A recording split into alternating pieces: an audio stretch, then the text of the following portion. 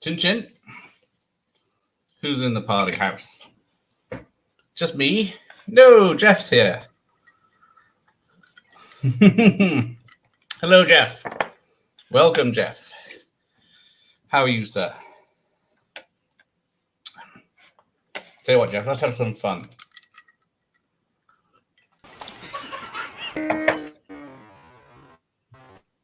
No, hit him, Pabs. Hit him.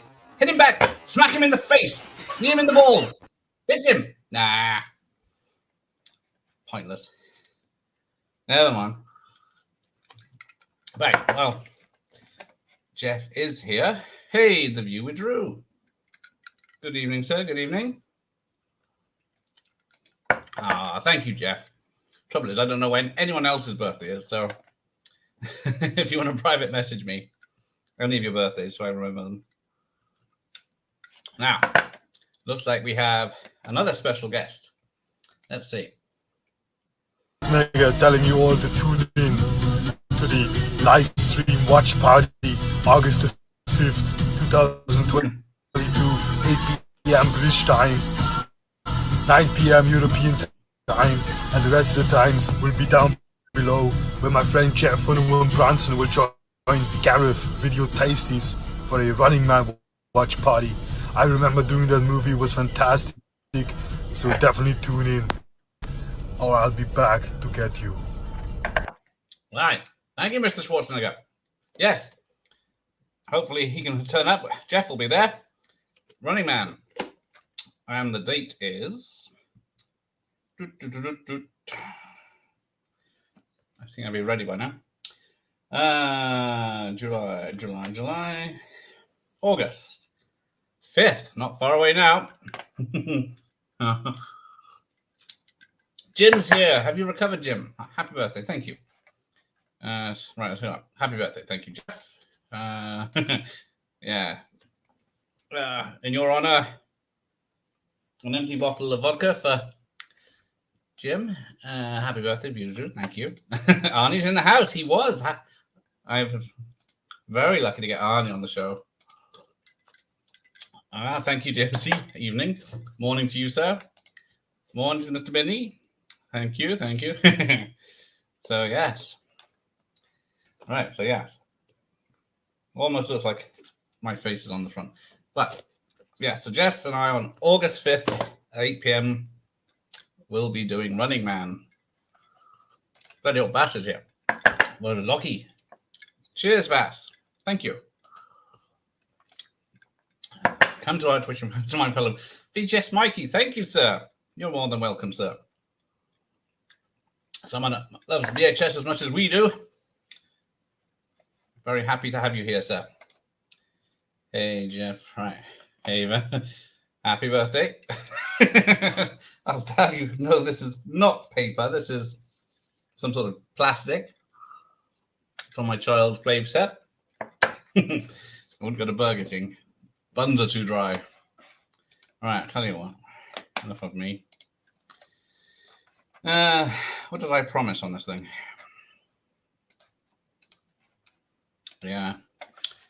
Right. I've had 2 sips of Her Majesty's vodka. I don't know which country the Majesty was in, but maybe I'm just excited to be 21 again. There's the link if anyone does want to join. Hang on. Right. Oh, Matthew Binnie's is New Year's Eve. That's an easy one to remember. Oh, it's a Saturday this year, so hang on. Add a reminder. Matthew Binnie birthday. There. All right, I need to get back to the top. Hang on. When was Jeff's? February 2nd, right. Yeah, cool. New Year's Eve party. That's a good one to have, isn't it? All right, Jeff's. Oh, no point going backwards. It's a Thursday this year with Jeff. Hefe birthday. Right. Thank you. Let's see. Oh, Total Movie Recall here. Thank you. Welcome. Happy birthday. All the best, mate. Looking forward to gushing over the blood we've seen in Blade. Yes, Total Movie Recall has joined me already. He's going to do Blade in September. Happy birthday, Gareth. Thank you. Oh, this. Oh, yeah. If I turn it sideways, yeah, without breaking it. Yes, of course that's deliberate. Everything I do is deliberate if it's good. Yes, thank you. Happy birthday, young man, indeed. This light doesn't show any lines, just the chins. Oh, it might do live on your birthday. Okay, good. Good idea. All right, so I do have some prizes and some questions if you want to join. I'll join in. Hang on. Let's get rid of Mr. Arnie and Mr. Ricky. All right. So, who wants to win a Resident Evil poster? Hub's Horror, help. Hello, sir. Everyone's here. Everyone's welcome. Yes, a legitimate, what was it? This big poster from the cinema. There is a competition. Plus, there's 3 more competitions as well. If I can remember where I saved the questions. 1 second. I've downloaded them somewhere. They're on this computer. Is it a PDF called Sheep? Nope. Okay. So, yes. Oh, is it? Hang on. Tomorrow night at this time, or a bit later, we have Vinyl Olympics. So we got 2 80s. I can't see me or there we go. Compilation albums. And both have roughly the same songs, same type of songs from the same time. So me and via Channel Nem are going to go one by one to see which one has the best songs on each side. So like you got Wham! Freedom, you got Phil Collins, Can't Hurry Love, Red Red Wine, Kajagoogoo, also. So that's tomorrow night. Then Pete's here Tuesday night for probably the longest watch party. This thing's 2.25 hours without titles. So we've got that. Let's see. All right, join in a few minutes. Oh, that's a petrol station. Yeah, take care, Jeff. Stop driving around on the phone. Thanks, Hobbs. Hope you're all right. How are you doing? Getting ready for the September-October horror jamboree that everyone's going to be doing. Can't beat an Now album. Yeah, well, you can't beat a 80s Now album. Yeah, you have to win it, Nos. Happy birthday, cake and ice cream, or as happy cake and ice cream day. Yes, I didn't get cake or ice cream. I did make myself a banoffee pie, and that was nice. So, all right, let's have a look. Right, what am I doing? Oh, I've got the great Terence Maguana sent me a gift. It's either 1, 2, 3, 4, 5 kilos of heroin, or it's videos. So we will open that in a minute. I'm stationary in the car. Okay. Don't worry. Yes, life is about the journey. That is true. Right. Let's see. So I'll show you the other prizes you can win. One of the greatest action films ever. We got the 2-disc special edition DVD. It's a Region 2, if you want to watch that. You got the X-Men trilogy on DVD, little 3 box set. And did someone order some scotch? Hello. He dressed up and everything, like. Yeah, well, you said there was a dress code, did you not? I said it was a birthday, not bloody blind date. Oh. Hello, number 1. Where's your name and where you're from? I haven't seen that show in so long. I think it's still going, is it, in some form? Right. Wow. Well, many happy returns. Happy birthday. Thank you. 73, yeah. Not the age, but the year. Oh, I see what you did there. Wit. Thank you, yes. The So same you're as as The old- Exorcist. You're as old as The Exorcist and Enter the Dragon. Great year for movies, Gareth. Well done. Exactly. It's just I don't remember those movies though. the That's thing. how I judge people on the movies that were out when they were born. Okay. What year are you then? You- 79. Oh. Alien, Mad Max, Watership Down. Right? Should have started with that one. 79 was a peach. Ah. Hang on. What a The present. Warriors, the fucking Warriors, right? Oh, I mean, look at this. Must be more in 73 than The Exorcist and Enter the in Dragon. fact, the week that I was born, the Warriors was out in the UK. I've got a film magazine from that period, Yeah. and it was the front cover. All I got is a Beano from my week.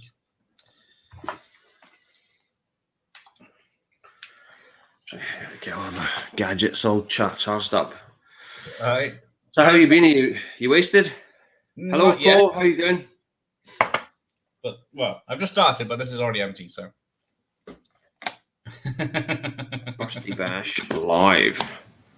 Hot- We've got this hot- chat here. Hang on. Well, this was the final prize. A Batman Oh. Forever storybook. Look at that. On a storybook. I know there's words in there, so you might not want this. I used to collect all those behind the scenes books. The making of this, I used to collect loads of them. The Starship Troopers one was good. I got that, yeah. I got a few. And the Crow. The best one that I had, I still kept, is the Elephant Man. Oh, Still that's, got the elephant. that's probably I know. a rare one. Yeah. And I need to dig it out. Hang on. Someone else is here now. Oh, for How fuck- are we, gentlemen? Terence, Garrett, happy birthday. Thank you. Hola. I was showing off How all you this shit doing? again. What a git. What? You look like you're ready to say yippee-ki-yay, motherfucker. God, fucking A, Terence. Yeah. Well, I'm It's more- fucking hot in here today. It's muggy. Muggy as hell. Mm. But you are a mug. How are you getting on, Gareth? I'm getting on. Is that a joke? Well, you are. It is your 60th, isn't it? Got my little rail fitted the toilet today, so it's a lot easier to get. Yeah. One of them Stanister lifts as well. I can't afford that. Not on your money. All right, okay. Never mind. Did your missus I get don't some know about Sterident for your teeth? Is that what they call it in Poundland? I think it's something similar, but not the same. Mm. I don't know. I don't need it yet. Times are hard with the Although pension. I've had a few teeth knocked out, I don't need false ones yet. Have some sweets. So what have you been getting up to then, Gareth, today? Anything good? Nope, nothing. No? A nice, relaxing day. I'm too old to do anything nice. Too old for this shit. Yeah, hang on. Oh shit, I'm nearly as old as Myrtle was in the first film. No, I think he was younger. Well, physically, yes. The actor was, yeah. No, I think he was only early to mid 40s in Lethal Yeah. Weapon. The actor was. Wasn't he 50 in his first episode? I can't remember. Oh, it's because you're only a Roger casual actor Moore? fan. Yeah. It's his Oh yeah, he 50th. turned 50. It was his 50th birthday when the movie begins. I can remember it was his birthday. Was it his He rushes in 50th? when he's in the bath. How weird is that? Really? They're all coming and talking to him and hugging him and all that? That always freaked me Yeah. out. Yeah, and then they had the same scene with the retirement in number 3, didn't they? Yeah. He's having a Yeah. bath and they all go running in. And you think, get the fuck out of here! I always felt really bad for him in Lethal Weapon 2, where the bomb on the toilet. Yeah, Because you get the impression that Roger's been sitting there all fucking. I mean, he has, hasn't he? He's been sitting there all day until Riggs shows up. yeah. So, I mean, I don't want to get disgusting, right? No, you don't. But does he have to have that surgically removed afterwards? Because I mean, it's gonna be like cornflakes on the bowl after a few hours, isn't it? Yeah. Bring that thing down. Just trying to not get explicit here. I think the scene in Loaded Weapon was better. Just take it as Kick the door in. I'm up here. You okay? Yeah, I'm just taking a shit. Hello, Jeff. I'm sorry you had to join when Ricky was Hi, here. Gareth. Jeff, how are you, mate? Everything's well here, Ricky. Just suffering from the heat again. Bit warm today, isn't it? Yeah, it sure is. Yeah. Happy time. Well, it's a bit of a blowout, isn't it? I thought Gareth was going to be the host with the most here. That's Vass now. Oh, okay. Do you want to win a Resident Evil poster, Ricky? Not particularly. Is it the Netflix series Resident Evil? I definitely don't want it.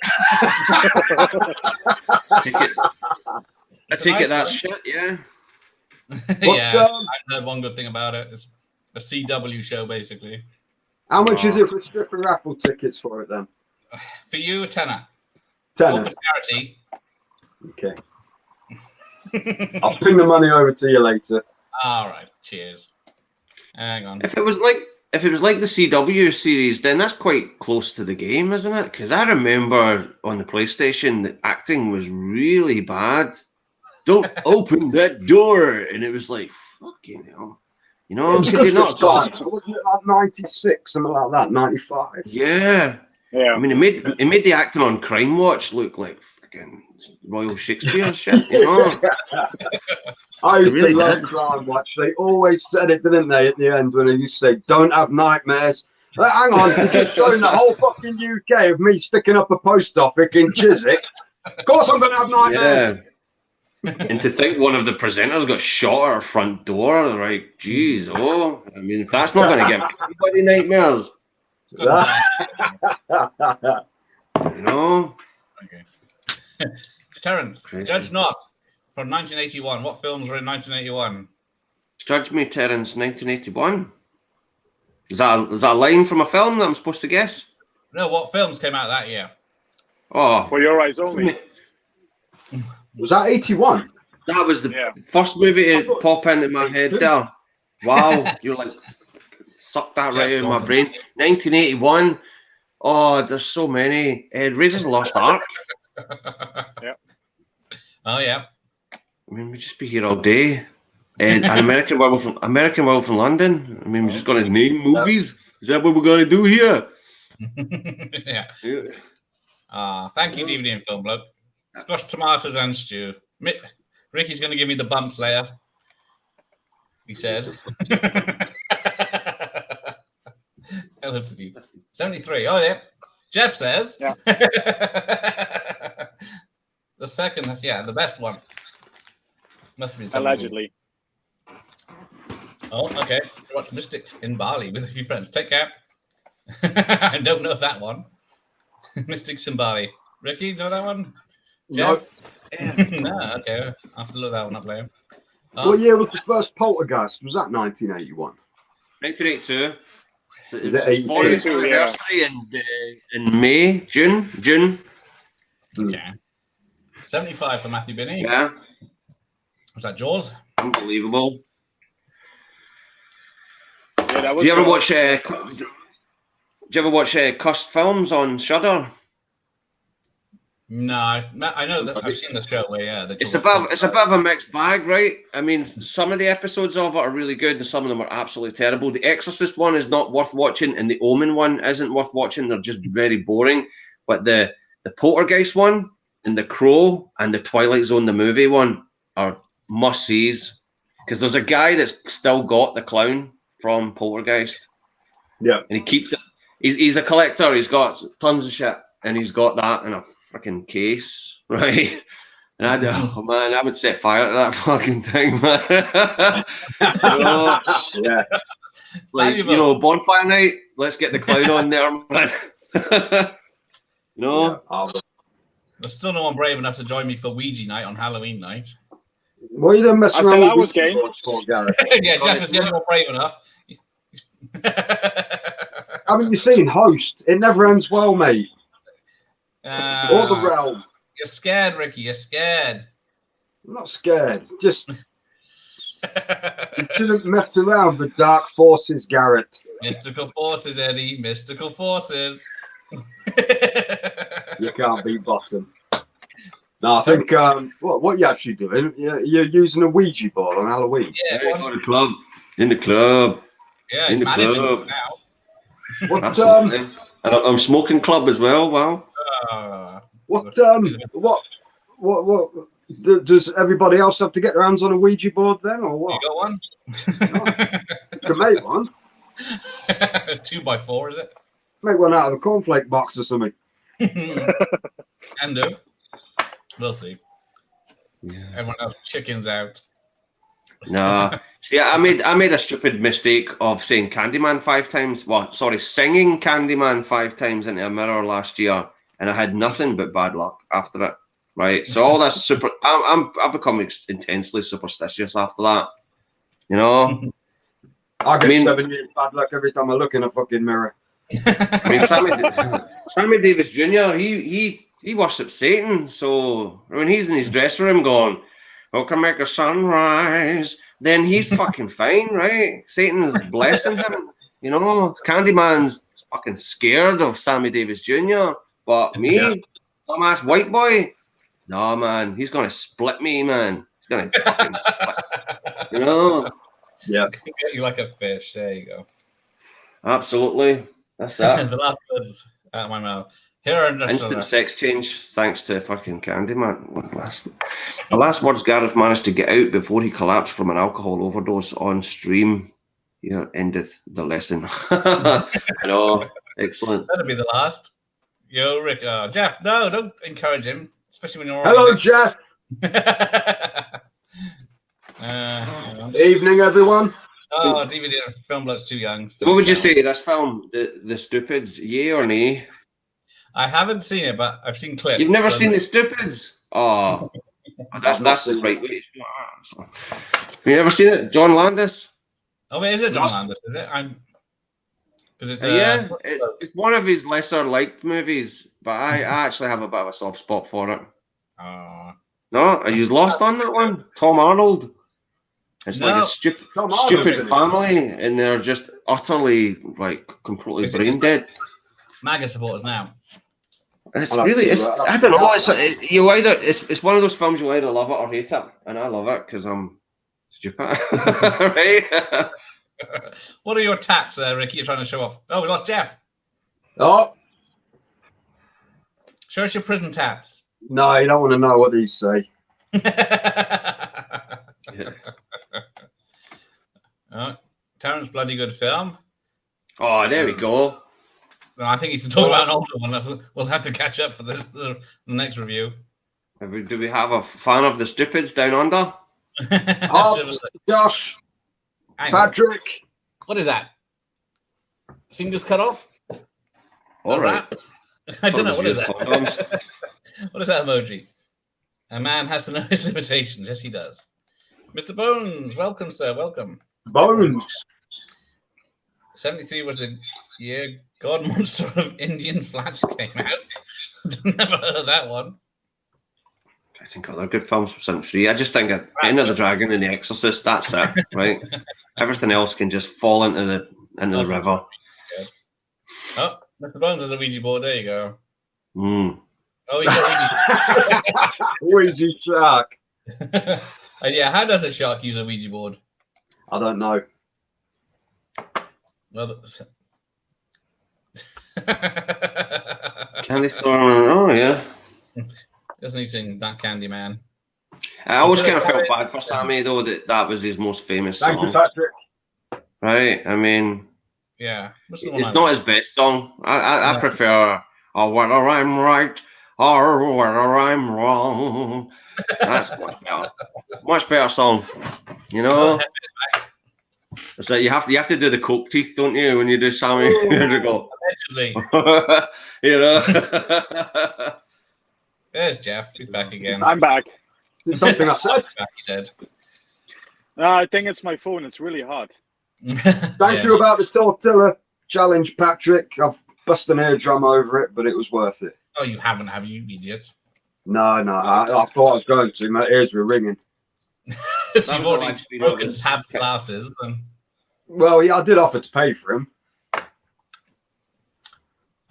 Dutch. So what's your poison, Gareth? Just some budget vodka. Sorry, Budget it's vodka? seasonal. I thought it was Baby Sham. I can't get Baby Oh. Sham. It's only a seasonal thing. I'm gonna have to bulk buy it next Christmas. Or Drambuie. Gotta have You Sunny can't Day. You can't get Baby Sham all year No. round, no? It's a Christmas tradition for old ladies, I think so. Well, it was a gateway drug. It was the gateway drug when you were a kid. You know, It it's was, like, yeah, you can wasn't have a wee Baby Sham at New Year, and then it's like straight on to the heroin. You know what I mean? Bad old days. Gareth will be on the snowballs this year. no, I don't have the con eggnog and stuff like that. No, man. Yeah. No. Right. Okay. That's an old lady's drink. Whoever wants this Resident Evil poster, apart from Ricky or Terrence or Jeff. Right, so what have we got to do to win this poster?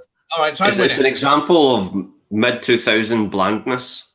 it. I mean, I'll take the mid-2000 blandness compared to now. The all the heads, all the just see those Marvel posters where it's just faces everywhere. It's like all the souls on Freddy's chest, right? Except they're in a Marvel movie, right? Freddy Krueger has managed to fucking slaughterize all of the friggin' Marvel characters, and there's the poster. Don't Yeah. say it. Someone wants it. Jeff, No. not Jeff, I mean, Nos wants it.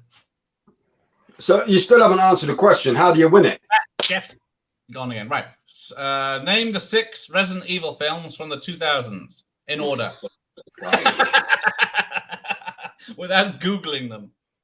I don't know. Don't have a clue. There's Afterlife,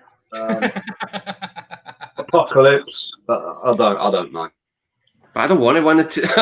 I'm cheating, but I'm not. No, I don't want it. In your casual horror fan. No. Well, is it horror? I class it more as like an action. It's fucking zombies. It's not horror. What is? I don't know. It just seems more action based. It's like a poor man's. What's that other one with the zombies and werewolves? Poor man's rich man, poor man.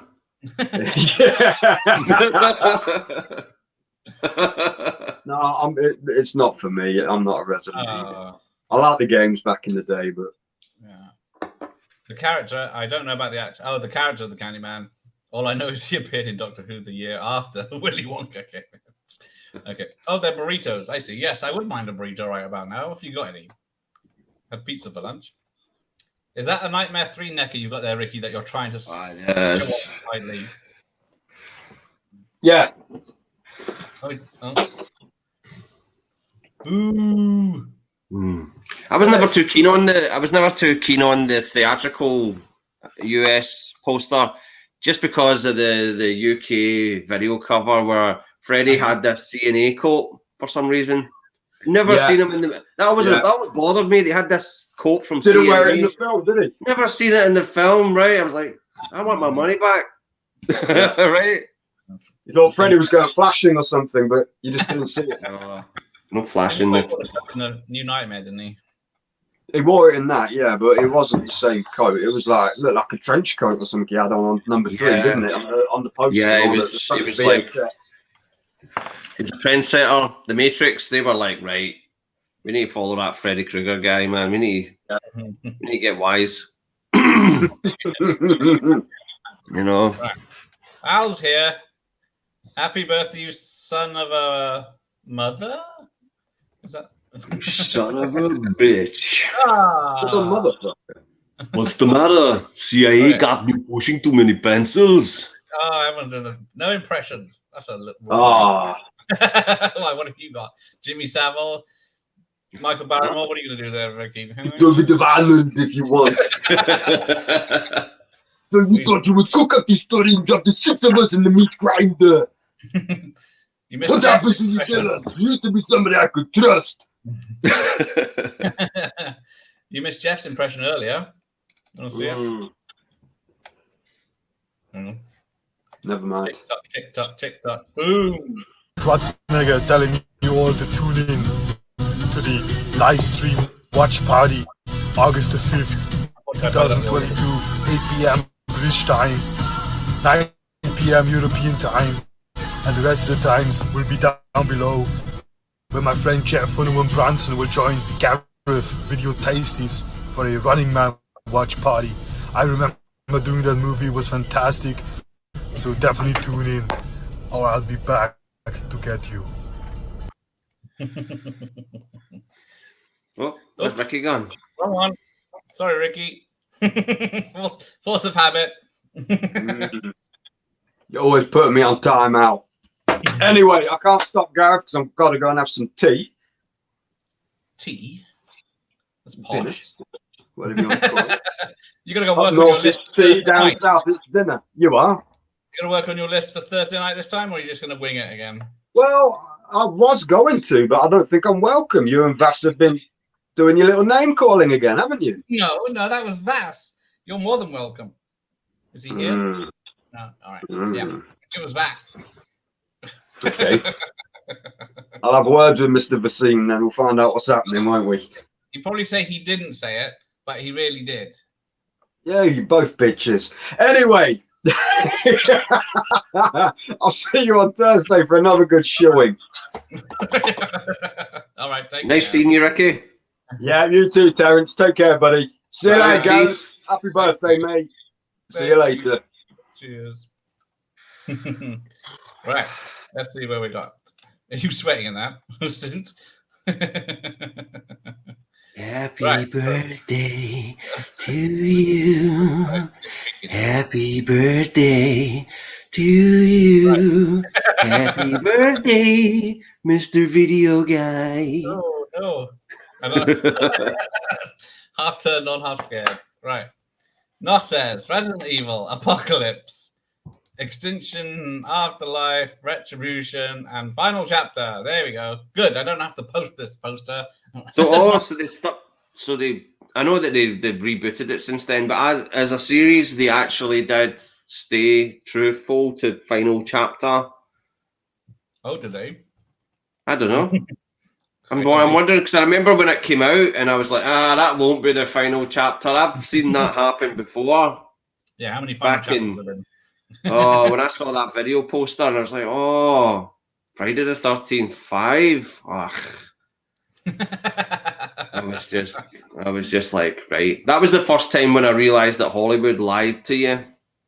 Was when I saw the poster for Friday the 13th Part 5. It's just like, liars, right? Yeah, it's not the only film, is it? Right, let's open this lovely present. for Certainly you. not. But slasher films, I would say, are like rock bands. You know, this is Kiss's final tour. Oh, all right. Better go see them then. Didn't the Stones have a final tour in the 80s or something?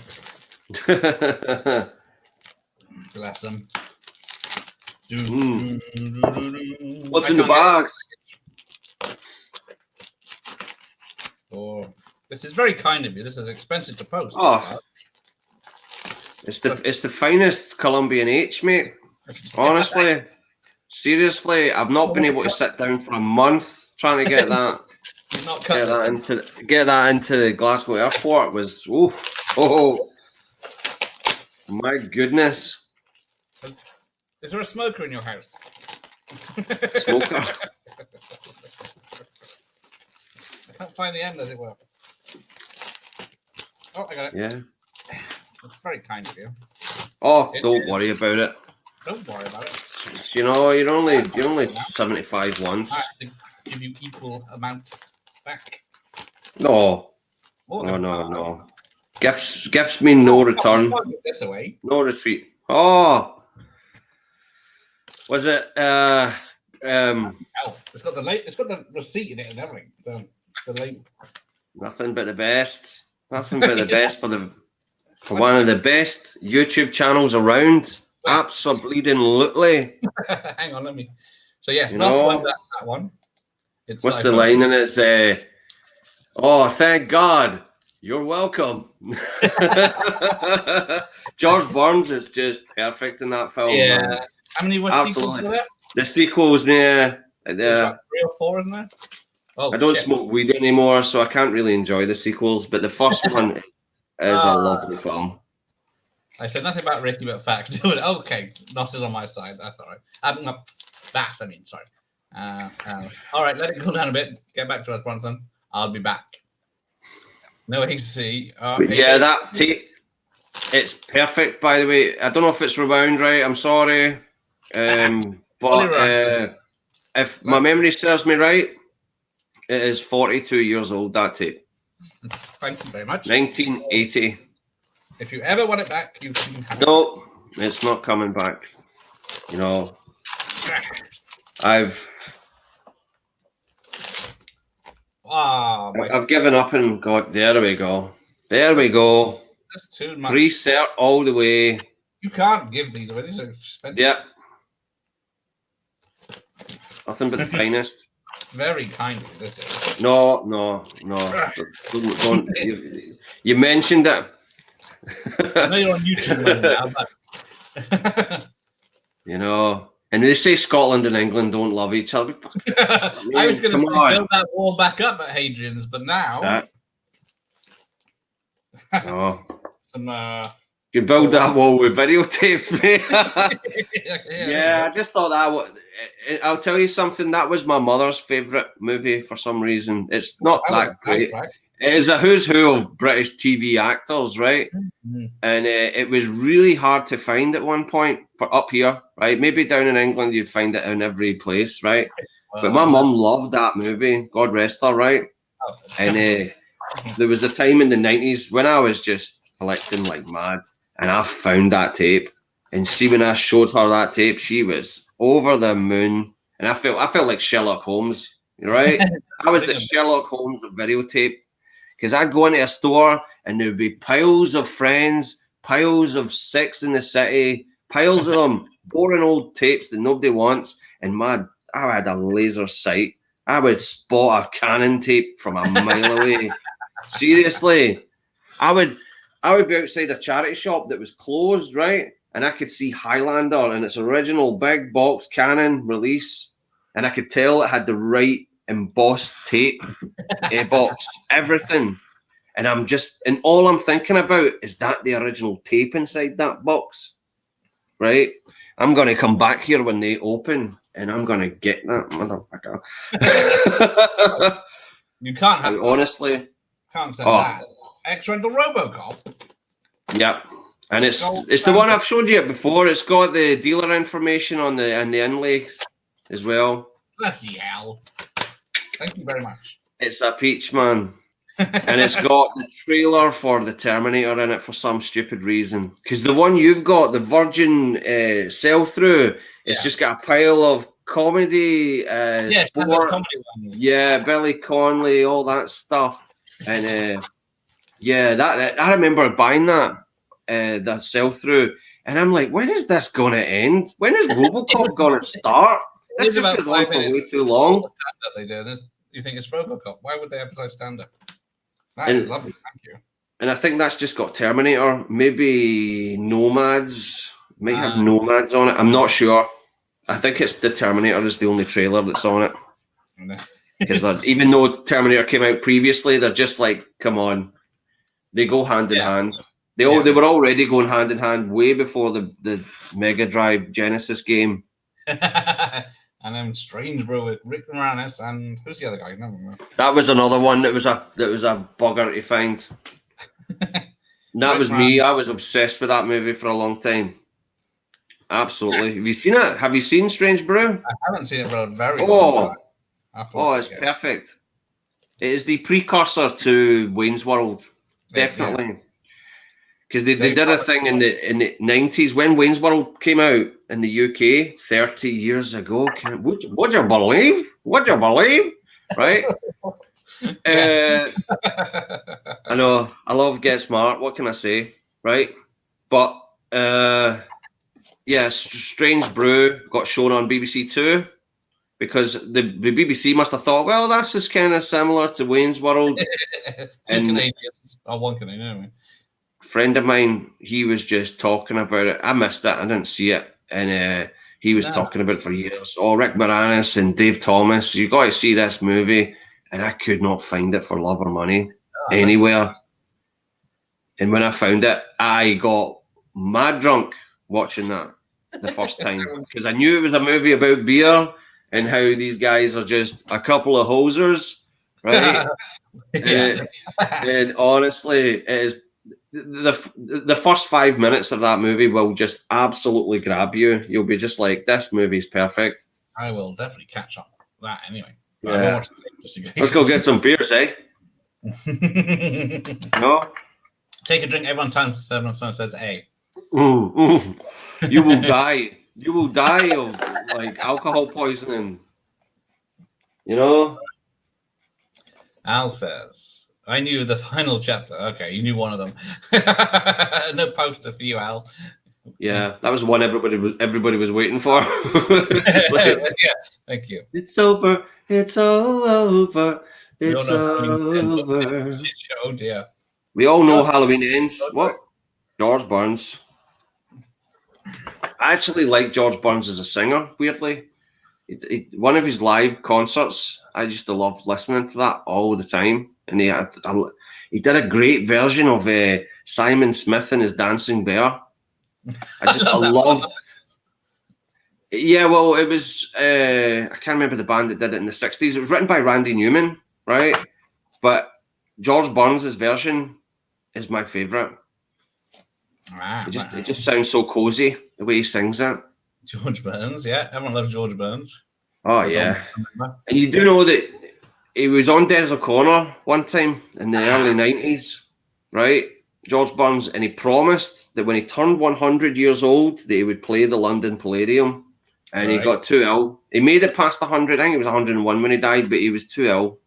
Oh, and yeah. But he Can was I like, offer you a X-Men trilogy DVD or the greatest action film Inception DVD or a Batman Forever book? No, you're good, mate. But see, honestly, there's more. If you want them, besides the Betamax, of course, because I know that's like them fat words or them fat words, man. Right? Tapes, indeed. Even though, like, I think the Very best. nice. Yes, thank you, Dutch. Oh, Dr. Impossible. That was the thing. It was a toss up between Strange Brew and the Black Stallion, and so many people. Right, I love the Black Stallion. It's a good film, right? But so many people always annoyed me because whenever they came into my house, they're like, "Is that a blue movie you've got there, the Black Stallion?" Eh? I was like, I see. "Oh, it's about a fucking horse." And it's like, "Oh, you put the horse there, eh?" Like, no. Could still be a blue movie. Great VHS retail God in Wales. Thank you. Dr. Impossible down south. Ricky, you just can't handle the truth. No, you can't. Oh shit, he's still here. He's getting slapped in the face. We'll leave it to the crowd to decide. Okay. Hi, Vex. Thank you. Happy birthday. Mr. Bones is here. Eyes. Yeah, Max van Sydow as the bad guy. I see that. Oh yeah, Brewmeister Smith. Brewmeister Smith. Oh, Martin's here. Thank you. Happy birthday. He's quite stereotypical. He's quite typical. He's just playing Magnum Merciless again, except he's got buck teeth. Definitely have to find this film now. Oh, you'll have a good time. I think it sounds familiar. I might have seen it many years ago, but like when it came out. It was the most popular film in Canada until Police Academy came out. A film made in Canada at the time, like comedy film. I have messaged Proctor from Police Academy Films to see if he wants to be interviewed on my channel. Proctor. Oh yeah. The one that always gets. Yeah. Yeah. When it's like there's a fight broke out at the Blue Oyster Bar, and they're going through the Rolodex trying to find out where it's located. He just knows the address. Yeah. That's him. All right. Let's do it. Anyone want to win this DVD? I'll get Terrence to sign it. It's got a lovely cover. And a bonus, the discs are in it. Oh. That's quite a psychedelic disc there. It was. Giving me flashbacks. Reflection. It was like, whoa. Yeah, man. No. Oxygen bars. Oh, heavy, man. Right. So yes, we have got Next week I'll be working out when Matthias Hughes can join us. What film Is that them all done? Is that all the tapes? 5 tapes, I think. 5, right? Okay. All Sorry. very well. Yeah, Train Through Robocop, Party, Q, The Winged Serpent, and Oh God. Party. Wow, that's unbelievable. That looked very good, especially the pictures on the back. Yeah, I could always find the soundtrack in the shops every time. Could never find the film, and then I just saw it for like £1 somewhere, and I was like, wow. And that's on the Video Space label. That's ancient. They released Evil Speak. They were like they went out of business. I don't think it's got any trailers or anything like that, which is a bummer. That's all right. So hang on. So if anyone wants Inception or 3 X-Men films, 2 are good. Thank you, Mr. Marty. X-Men 2 was good. I loved X-Men 2 when it came out. I'll take that out and you can try and win it. I'll send that one to you, and then we can, and then got X-Men 1 and 3 up for a competition.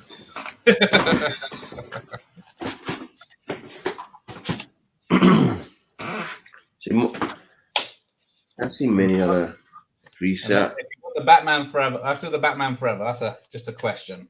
See if anyone knows what the Batman Forever question is. There's 4 Batman films from 89 to 95, was it? 97. 97. Who are the only 2 actors to appear in 4 films? The 4 films.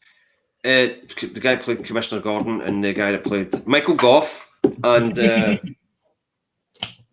and what's his name that played Commissioner Gordon? What's his name? There you go. Jeff's back. Cool down every day. Oh, he's cooled down. He's got shades on. There you go. Attempt number 500. Welcome back. Are you cruising again?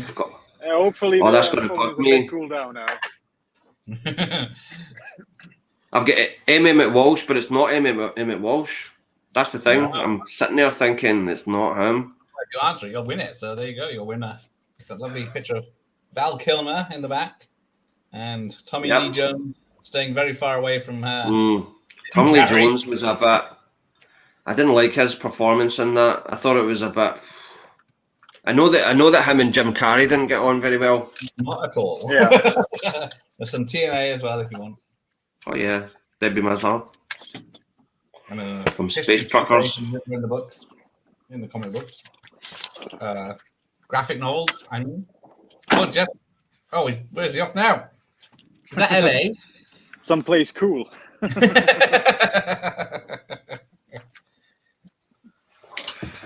Lots of information about the making of the film, except the extended cut that's a lot darker than they won't release. What's that actor's name? My God. Which one? Commissioner Gordon in the Batman movies, the Tim Burton. I know his name. Wait. I know his name. He's Careful, also Jeff, in a if few you say Clint it, you Eastwood win. movies. He's also in a few Clint Eastwood movies. I Yeah, he's fucking in know. some- Pat Hingle. And tons of stuff. And I'm not going to Google him because I'm old school. You know, we're on Video Tasty channel here, right? He was also yeah, we in don't the have 4th internet, Dirty yeah. Harry film. We don't have that facility here. Thank God, there's air conditioning in his room. Where are you now? My resting You're place. petrol station again. No. Yeah, there you go. I was an innocent child as well when I first saw the first 4 Police Academy films. Oh, they're just going into a biker bar. It might be a fight. Damn light. You kind of wish it was more like the bar and cruising, right? Where they're fisting each other. You Have can't you say seen that on the Cruising? channel. I haven't seen Cruising. I don't think I have actually. Great. Cruising is Al pretty good, Pacino. actually. Yeah. Okay, I'll add that to the list because. Of It's course, just when Al he's getting Pacino's my when he's favorite. when he's got the poppers and he's dancing up. That's just brilliant. That is, yeah. Doesn't he just remake it as Sea of Love though? And the huge African American gentleman with the cowboy with hat. the jock strap and the cowboy hat that comes in and bops someone. According to William Friedkin, the New York Police Department did that regularly. Yeah. Yeah. And do you know the reason why they did that? Why they got this giant African American guy to come and punch you in the face while wearing a jock strap and nothing but a jock strap and a cowboy hat was because when you went to court the next day after being arrested and Nobody you had a would black believe eye. Yeah, you said, what happened to you? Oh, I was assaulted by this giant black man wearing a cowboy hat and a jock strap. Shut up, Ninja. Yeah, take him away. Exactly. Crazy. And when I first saw Cruising, I was like, what the hell's going on? Yeah. Right? But it's quite factual. It's not one you want to watch with your parents. No. See, be honest with you, see, when I'm feeling a bit low, a bit depressed, but feeling sorry for myself, this is the film. This is like antidepressant in video form. I would have sent it to you, Gareth, right? Because I know you probably have a nasty hangover tomorrow and you would need something like this, right? But it's better. Better, Max. Sorry. Mate, yeah. Give it to me. A little Betamax tape. But yeah, The Last Dragon, the soundtrack to this film is just immaculate, right? I'm a bit jaded that Motown didn't make more films. I mean, they made a few movies, Lady Sings the Blues, Mahogany, Last Dragon. They should have made more. Yeah, probably wouldn't have done much damage, would it? They got a few bit of cash, make a low-budget film. Yeah.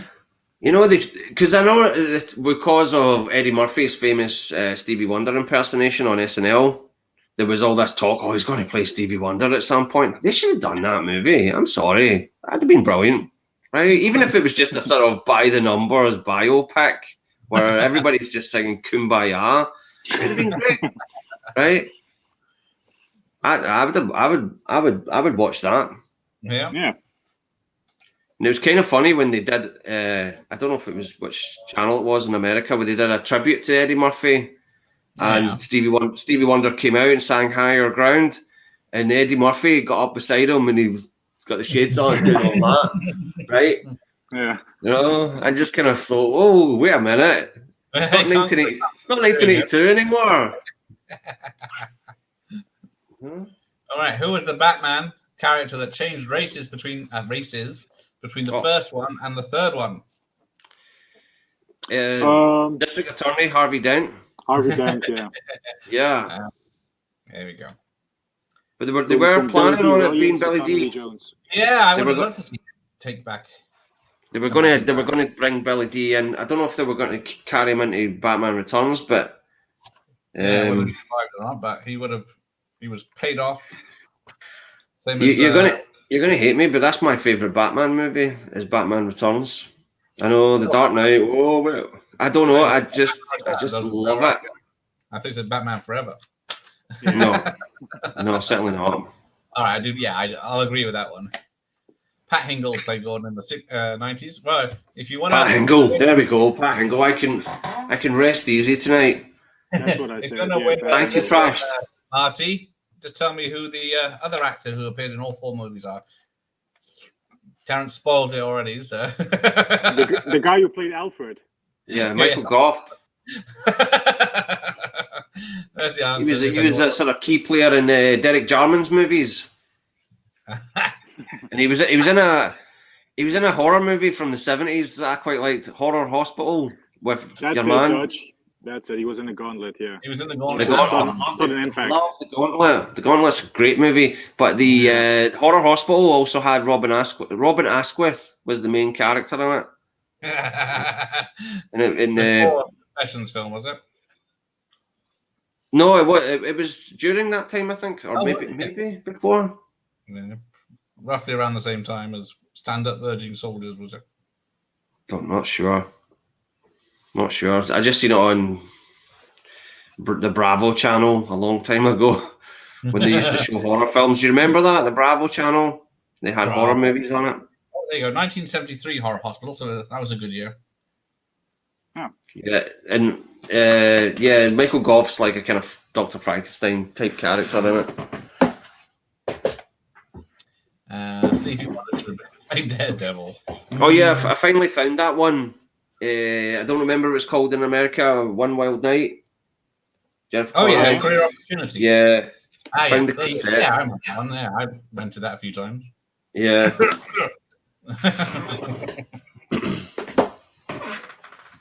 But yeah, that was the thing. It was either RoboCop or the Goonies. You keep hold of those. Hmm? Keep hold of them and put them in a safe. They're just a glorified. Oh, and look at that. Hey, I love the Goonies. You can tell I love the Goonies. Look at that. Rewound that tape. Nice one. Be kind, rewind. Yeah. Oh, you've never Yeah. watched. That's why you should don't. Yeah, the Queen movie was horrible. Oh, I did like Rocket Man though. I yeah. haven't seen him. Dexter Fletcher was lucky that he didn't have his name on it. But Although the Elton John one was way better. Rocket Man. Yeah, watch that. Yeah. Although the Bohemian Rhapsody recreation of Live Aid was good. Oh yeah. But you know, That wasn't difficult though. yeah, it's just paint by numbers, isn't it? There it is. Just Green copy screen and a that. lot of practice. You know. Yeah. That's like Edward. Okay. Oh yeah, we got the answer right. Yeah. At least Batman Returns.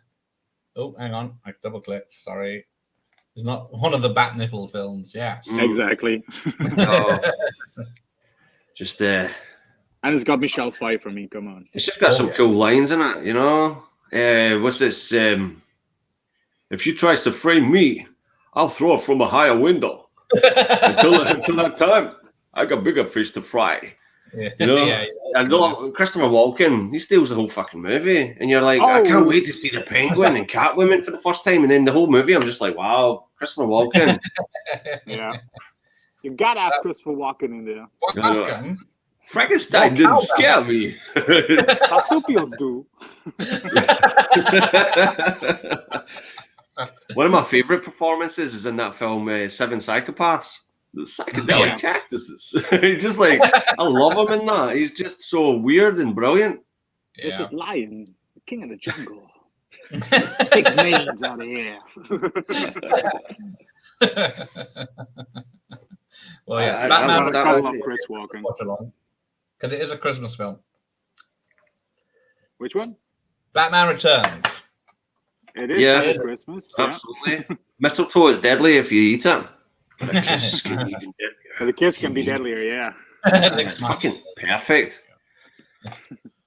The Batman is my favorite Batman movie. Yeah, I've not seen it. way up kinda- my list. I know the first time Batman comes to Glasgow, and I'm like, I'm not interested in you. Right. I think it was a. He'll be I back. don't know. I though. just see too much of him.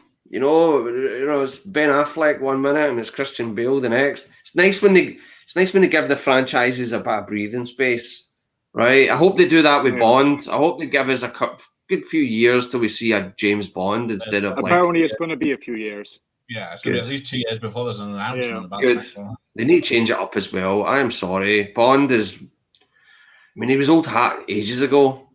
See that whole conversation in GoldenEye, right?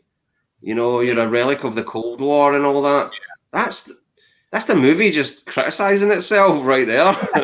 You know, that's a Basically, conversation they should have had in 1988 or when License to Kill came out, right? Yeah.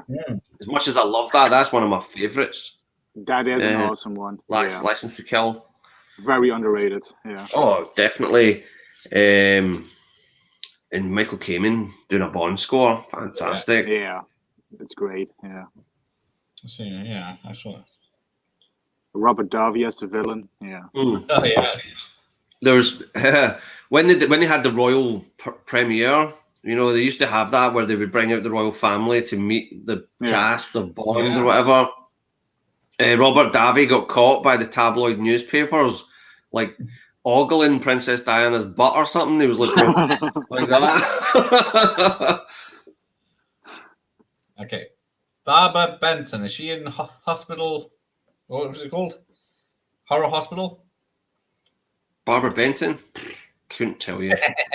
Yeah. It was. We're talking mid-90s. It was on Bravo Channel.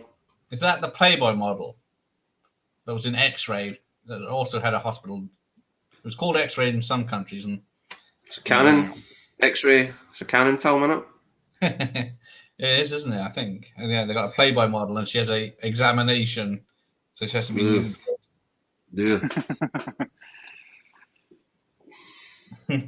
As you do. Oh, she was in Fantasy Island, of course. No. Yeah, X-Ray, 1981. She was in. So yeah, it's a different one. But it is called something Terror Hospital. I don't care what people say. Ryan Malek did Freddie justice. His performance was fine. The movie was just an absolute dog. See, the thing is, it kind of played out, and I'm not going to go into this sort of truth and his sexuality, the way that they portrayed that. I thought that was kind of offensive, right? And I'll save that for when I review that movie at some point, because I will, right? But the thing about it that really annoyed me is it was reminiscent of those classic albums, TV shows, where it's like, oh, here we've got Electric Ladyland, and we're gonna play a wee bit and talk about how we came up with this great song, and that's what the movie played out like. It's like, oh, here what listen to this, you know, and you're like, oh, we've just struck gold here, and it was like, really. Is this a compelling drama, or are we watching classic albums? That's what it felt like. And they never, of all the songs, we never got to hear how they came up with Bicycle Race. Right? Which is one of their fucking best songs ever. Highlander. You know, Jaws was never my scene, and I don't like Star Wars. Right? Controversial lyrics there, mate. Right? I mean, yeah, I think of that every time he plays it. Exactly. I mean, there was a time where it's all right to say you don't like Star Wars now, but back then, you know, that's war, real war. That's it. Freddie Mercury was a rebel. You know what I mean? X-Ray, that's the one. Yeah. Or it's called Hospital Massacre. It's called. Yeah, that's it. Hospital Massacre. Ah, Sophie's here. No, now it's Hi, Sophie. Terrence is here, you know, your favourite. Dressed up on my show this time, though. Thanks. That's that. I'm going to win the Grand National for you. Strike Commando is a good canon film. It's a great Rambo rip-off.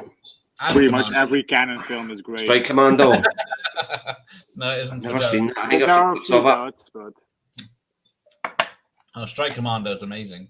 It rips off Commando and Rambo Part 2 in one film, and it's got about £10 budget.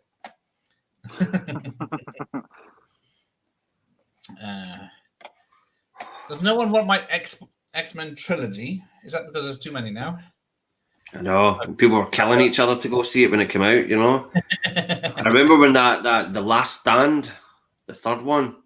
Oh yeah. It was just you couldn't get a ticket for it, man. It was just booked out. I was like, what? Can't remember what I went to see instead. Probably Undercover Brother or something. I love Undercover. Which is better, way better. You know, that's where I learned that black people don't like mayonnaise. Right? It's factual. The documentary, that film. All right, watch this then. See, I want your YouTube's opinion on this. Let me play this if it works. Hang on, it's loading. Probably get striked, but here we go. You're gonna get a strike? Is he really that good? There's no one who can touch him in your whole damn army.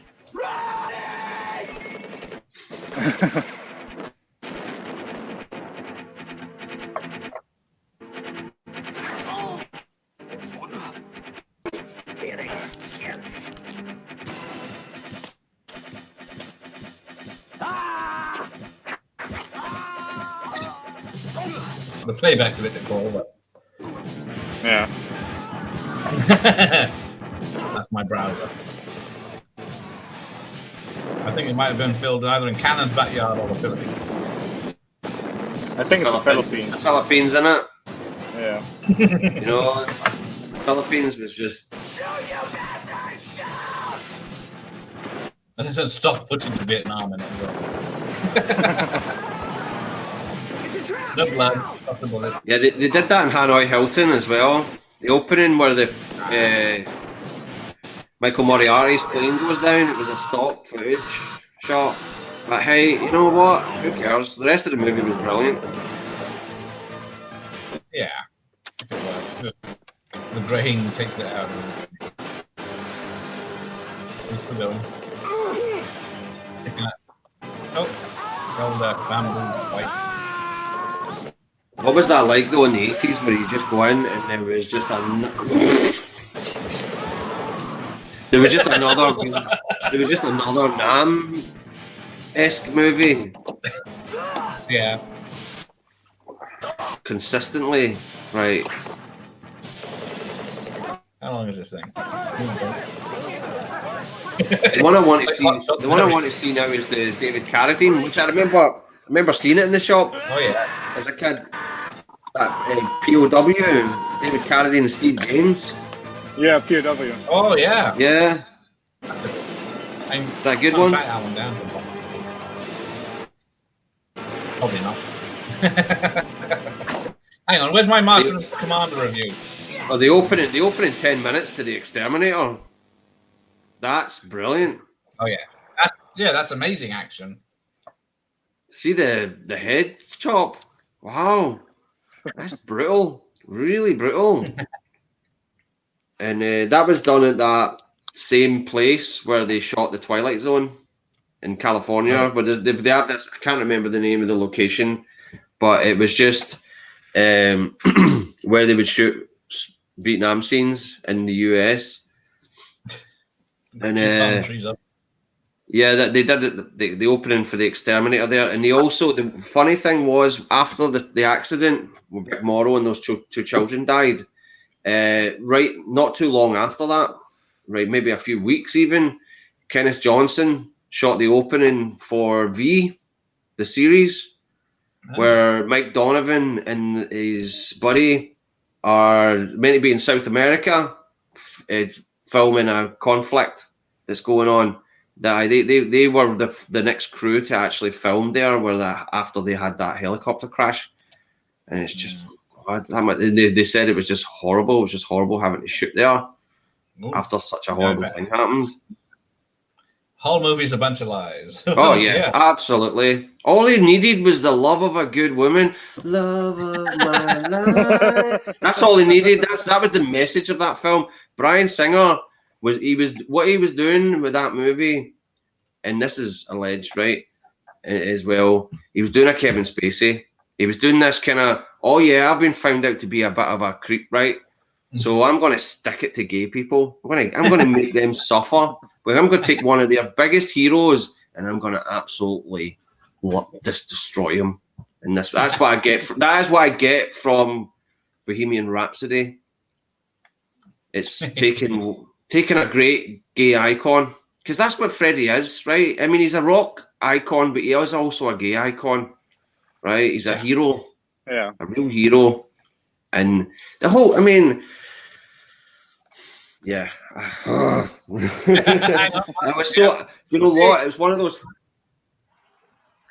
One of those films. It was one of those movies that I could not wait for it to end. And when it got to Live Aid, I was like, thank goodness it's going to end. It's going to end here, because I knew that was the final showdown of the movie. And I was like, God. A sequel.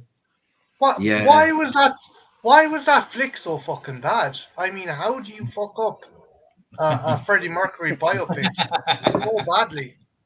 Yeah, I know. A lot of It was disrespect.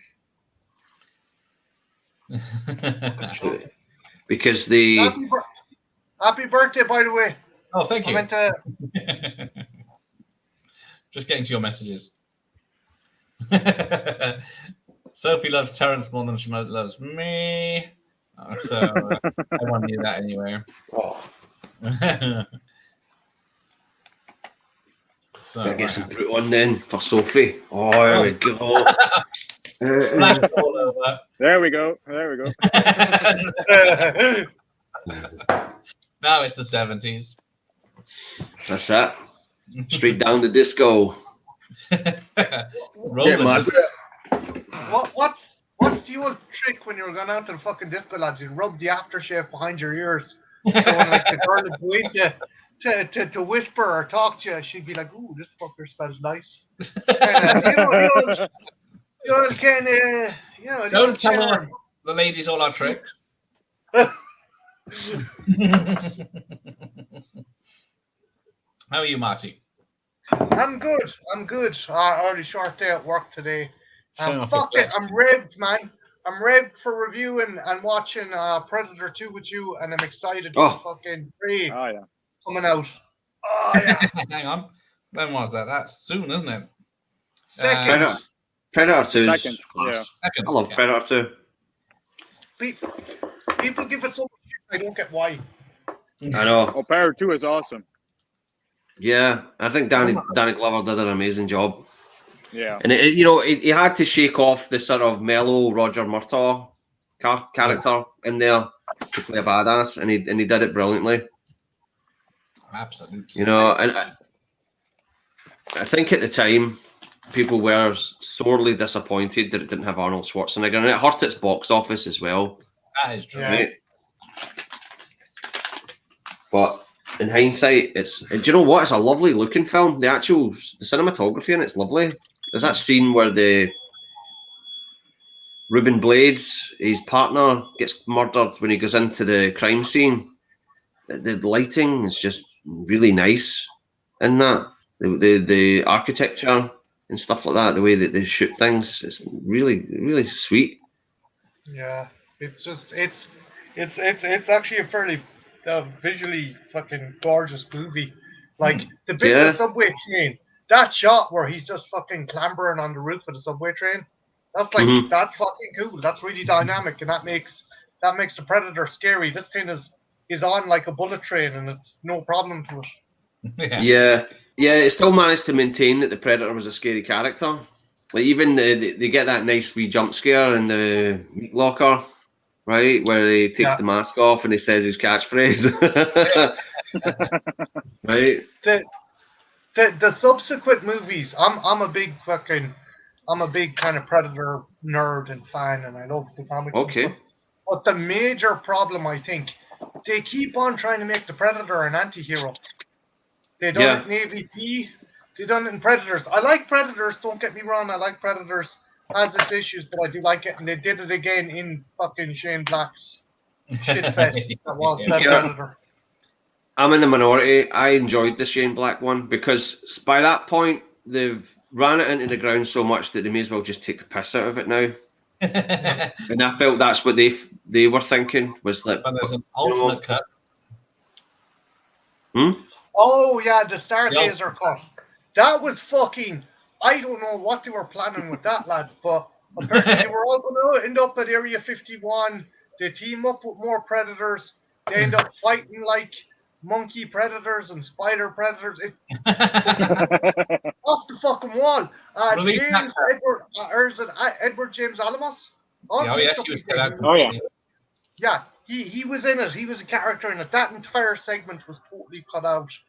He was originally going to kill the character Traeger, but they wanted to kind of have the forest ending as something close to the original. But I'm like, that's no.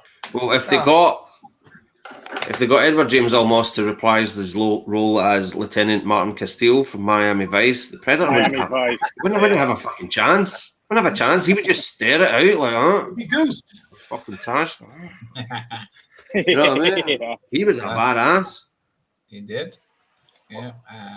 Live Aid was 3 years before. He's there Yeah. talking to the Predator. Hey, finger man. How many? I'd see that stand you know, and deliver. that kind of stuff doesn't bother me. See if they get the years mixed up and it's all jumbled about. Keep the essence to the person.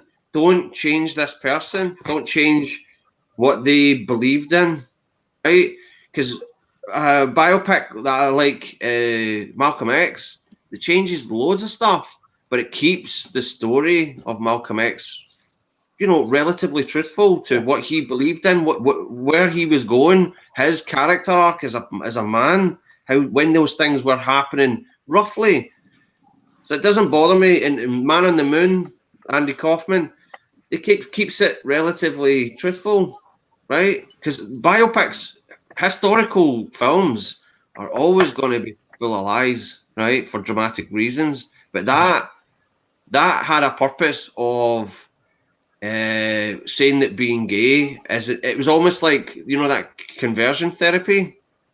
Yeah. I would argue that Bohemian Rhapsody is a film that champions conversion therapy, because all Freddie needed, the message I got from the end of that movie was the love of a good woman, because all these gay men were fucking him over left, right, and centre. Because we all know gay men are inherently treacherous, right? They are.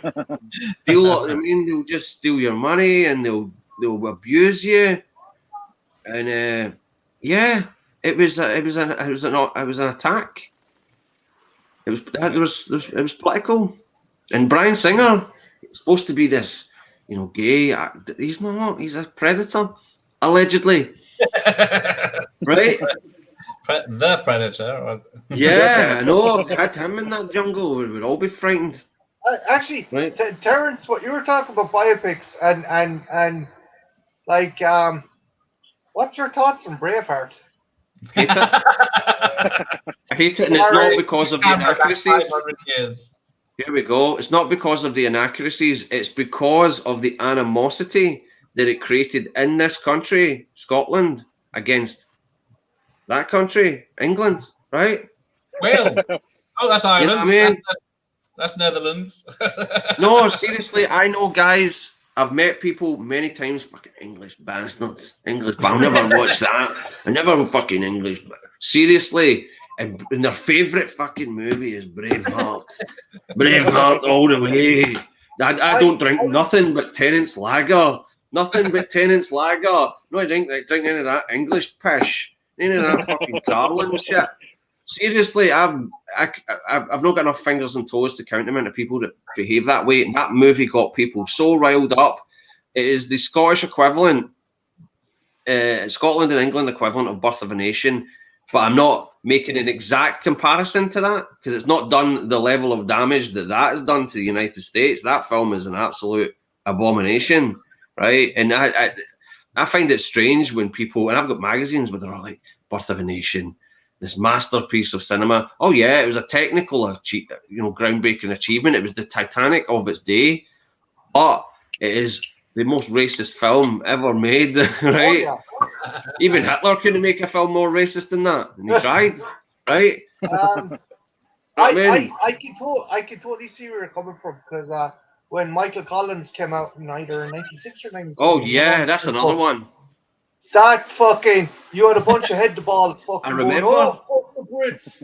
Fucking, like, I had friends who'd like fucking, like, they'd want to fucking, they were going to school at the time, and there'd be fucking lads beating them up, and it's like, it's a fucking movie, chill the fucking balls, like, you know, it happened over, well, not 100 years ago, but it happened fucking ages ago, you know, progress and all that, you know.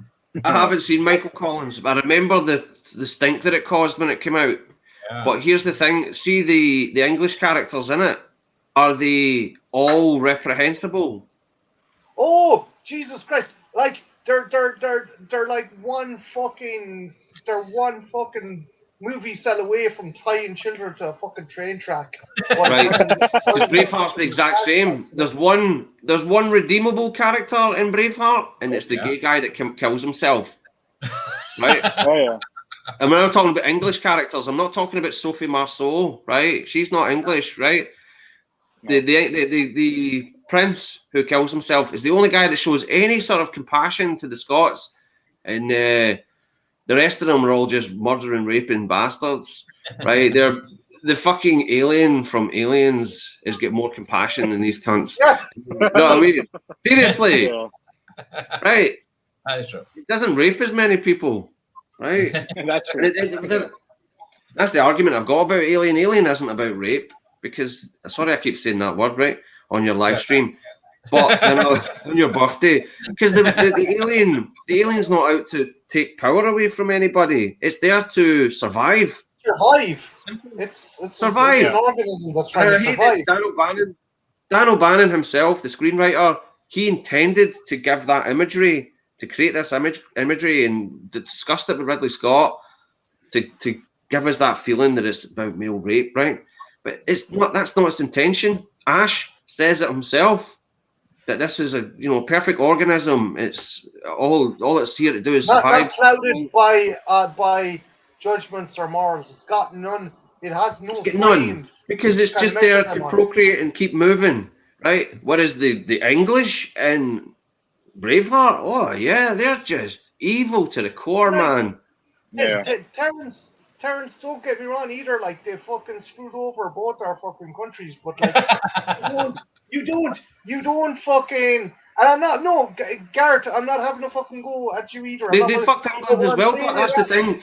If they hurt Scotland and Ireland, they hurt England as a consequence. Yeah. Right? Like, yeah, because English guy's got a glass stuck in his face in the mid-90s because some idiot got pissed after seeing Braveheart. And, it's not it's not right. And that's by some Australian nutcase. It's in an American screenwriter and an Australian he wasn't even the dignity of a fucking a Scottish guy that did it. It was a fucking dickhead from Australia. Yeah, who's played Mad Max 3 times, right? Rather well.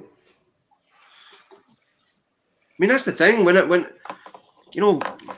my mother fucking fancied the shit out of Mel Gibson, right? The guy was the People magazine sexiest man on the planet, and there he was, and when we all found out he was crazy as a box of hammers. Mad Max really was fucking mad. Yeah, and then you saw that scene in Lethal Weapon where he's like slapping himself, like, it all makes sense. You watch that now and you're like, this is a fucking documentary we're watching here. You want to jump? You're like, yeah. Crazy. You want to see crazy? I'll show you crazy. Yeah. At least Lion brought the Irish and the Scottish together in Rob Roy.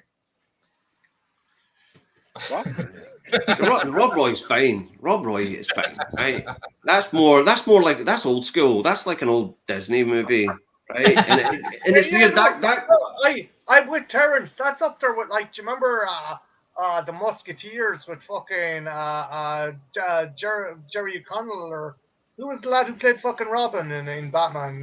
Oh yeah, Chris O'Donnell and Kiefer Sutherland. Yeah, and that great French actor Charlie Sheen. Yeah. It's essentially a fucking hard R version of that Musketeers. That's all that is. It's fun. I mean, like, you got a cartoon version of Tim Roth kind of playing an English villain, like, is there a new Robert the Bruce film? Robert the Bruce? Oh, is there? There was one. There was the Outlaw King that was on Netflix with Captain Kirk. Chris Pine. Didn't watch it. I liked how they no. In fact, they got the actor that played him in Braveheart to reprise the role again. He did a John Hurt, Quentin Crisp kind of thing. It was like, I haven't played this character in 30 years, and I don't remember that actor's name. And it looked like it was made for like 10 fucking euro or 10 bob. It was so fucking good looking, man. Seriously. Euros, bloody hell! They paid more. They paid for the exchange. I don't know the actor's name that played Robert the Bruce in Braveheart. He's a good actor. He played Richard Burton rather well in a TV movie about Elizabeth Taylor's life, where Sherilyn Fenn played Elizabeth Taylor. It's actually pretty good. I remember being really into it. Sherilyn Fenn played Elizabeth Taylor, and he played Richard Burton, and he was really good as Richard Burton. No one would have believed in the town of Glasgow that we would be watched and scrutinised by a bunch of ignorant bastards. Right? I fucking you got to love Richard Burton. He was cool as fuck, man. Okay, he was cool. He was pissed all the time, though, eh? Pissed. Like, Terrence, you have to do some fucking, I don't know, impersonations, or do Yeah, have another channel where you just fucking have animated things and doing impersonations. I like to just sort of, I just like to push them into my reviews sometimes, you know, because sometimes I'm just sitting here and I'm talking about a movie and I'll just do a wee bit of it. Why not? Right? Just get a wee bit all excited. That's what I'm like doing the pub when I used to drink, was like, oh, you got to see this fucking movie, you know, the guy chucks his head off and I start acting it out. Yeah. What's green, hairy, and goes up and down? I dread to think, but I can't think of anything. I'm not touching this one. It's going to be a Grinch one, isn't it? Come on, Sophie, I hope you're still here. Yeah, so someone on Instagram put up a picture from Litzomania, the Roger Daltrey musical with Ken Russell. And I tried to find this movie on cassette. It was hard to find, right? But the picture that they put on was Roger Daltrey with a ginormous phallus, right? In the film. It's got Ringo Starr in it as well. So they put up this picture and everybody was like having a wee snigger at the fact that there's Roger Daltrey with this giant willy, right? And I couldn't help myself, right? I couldn't help myself. I usually stop myself on Instagram and say, don't say anything, right? But I was like, yeah, I remember this movie. And it was really hard to get my hands on it, right? I just had to say that because it was true. It was true. And they deleted my comment. You know, I was like, you know, I made the fun of myself. It's as if I'm trying to fucking grope the guy's penis, right? You know, but no, they took it away. Like, my best joke, man. All right. Try the competition, if you're clever enough. Name the one in order 1, 2, 3, 4, 5, 6, 7, 8, 9, 10, 11, 12, 13 X-Men films in order. Okay, I'm going to give it a go. So X-Mutants, the shit one that came out in the 90s that everybody forgets. No, it starts in the 2000 with this one. Okay, so X-Men, X-Men 2, X-Men 3, The Last Stand. Oh, yeah, okay. Last Stand, yeah. Then, hold on. I should say in release order, yeah. So they have to be in order of release, yeah? Yeah. Okay, so we've got the 3. Anyone know what the 4th one was? 2009. Wolverine X-Men Origins. First Class? Nope. X-Men Origins, Wolverine? Yes, that's the 4th one. Right. The best 5th one. Was First Class. 6th one was in 2013. The Wolverine? Yeah. Then the next The Wolverine. one. I like that one. Yeah. I love that hotel that they stayed in. That's a real building. That building. It's not a hotel, but it's still there. We order the type of room you want. Yeah, but I love the architecture on the outside of it, where you see the way it's built. Sorry, I had to interrupt here, but because I was obsessed with that after I saw that movie. I was like, I need to find out where this building is and what it's all about. It was built in this way that instead of like having to knock down the building to fix it or to repair it, so you could actually take each cubicle out of. It was designed in such a way that you could actually take the rooms out of the building. It's really, you should look it up. It's amazing. It was built in the 70s in Japan. What really pissed me off with that movie was there's a kind of R-rated, hard R-rated one. Yeah. But the thing is, all the violence isn't done by Wolverine. It's done by the ninja chick, the telepathic ninja chick. All right. Fucking combine harvester. She just runs over a bunch of ninjas and puts them into a fucking threshing machine. And it's like, but what about Wolverine cutting them up? But he's still no. It's just her fucking munching these fucking ninjas. And it's like, it was a great intro though. He was right there when they dropped the A-bomb. You know, he was right there, and which is kind of indicative of the entire comic book genre. You know, and in comic book form, that the atomic age is about to kick off, and there's Wolverine. He's there at ground zero. He was right there before we got Spider-Man bitten by a radioactive spider and all that shit. Yeah, I loved that. I thought that was nice. Have you seen the new run of fucking X-Men?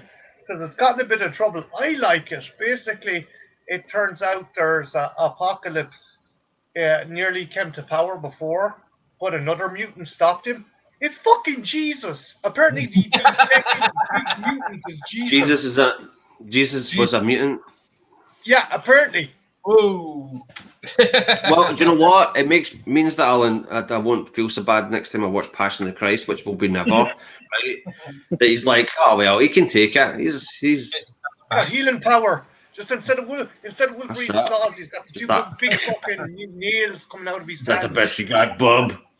Come on! I know. They just renamed that. The mutant films now. Yeah. Oh yeah, because Disney are going super fucking crazy PC. They're not going to call them X-Men. They're going to call them like the mutants. It's not. That doesn't bother me about the PC-ness. Do you know what it is? Is they're softening the villains. That's the worst thing. Have you seen these new Star Wars shows, right? And they sneak it under the radar. You go, wow, this is great. We actually get to see how Boba Fett escaped the Sarlacc pit. Wow. But then you realise that Boba Fett is a bit of a softie. And I'm sorry. Boba Fett was like a Vanta. All right. Yeah. He carried on his armor, Wookiee hair, as a trophy. This guy, he killed Wookiees for fun, right? And now we're all fucking kumbaya, right? You just know that they're going to go back. Terrence, that's what I was saying about the Predator as well. When a character reaches a level of fandom, like you got fucking They crucify them. Oh, we got to turn this guy into an anti-hero, or we got to turn this guy into some kind of hero that like people can relate to. I'm a big Punisher fan, but I can't see myself fucking relating to Frank Castle, a dude who suffers from PTSD. Of course not. He's a violent animal, and keep him that way. Keep him that way. That's the thing. Don't fuck with the Punisher. Keep him crazy, and then he's not the Punisher anymore. He may as well be the Equalizer or something else, right? And it's the same with this freaking that Star Wars is terrible. The Sand People. I mean, the Sand People were frightening. I remember watching Star Wars as a child and being terrified when the Sand People first appeared, right?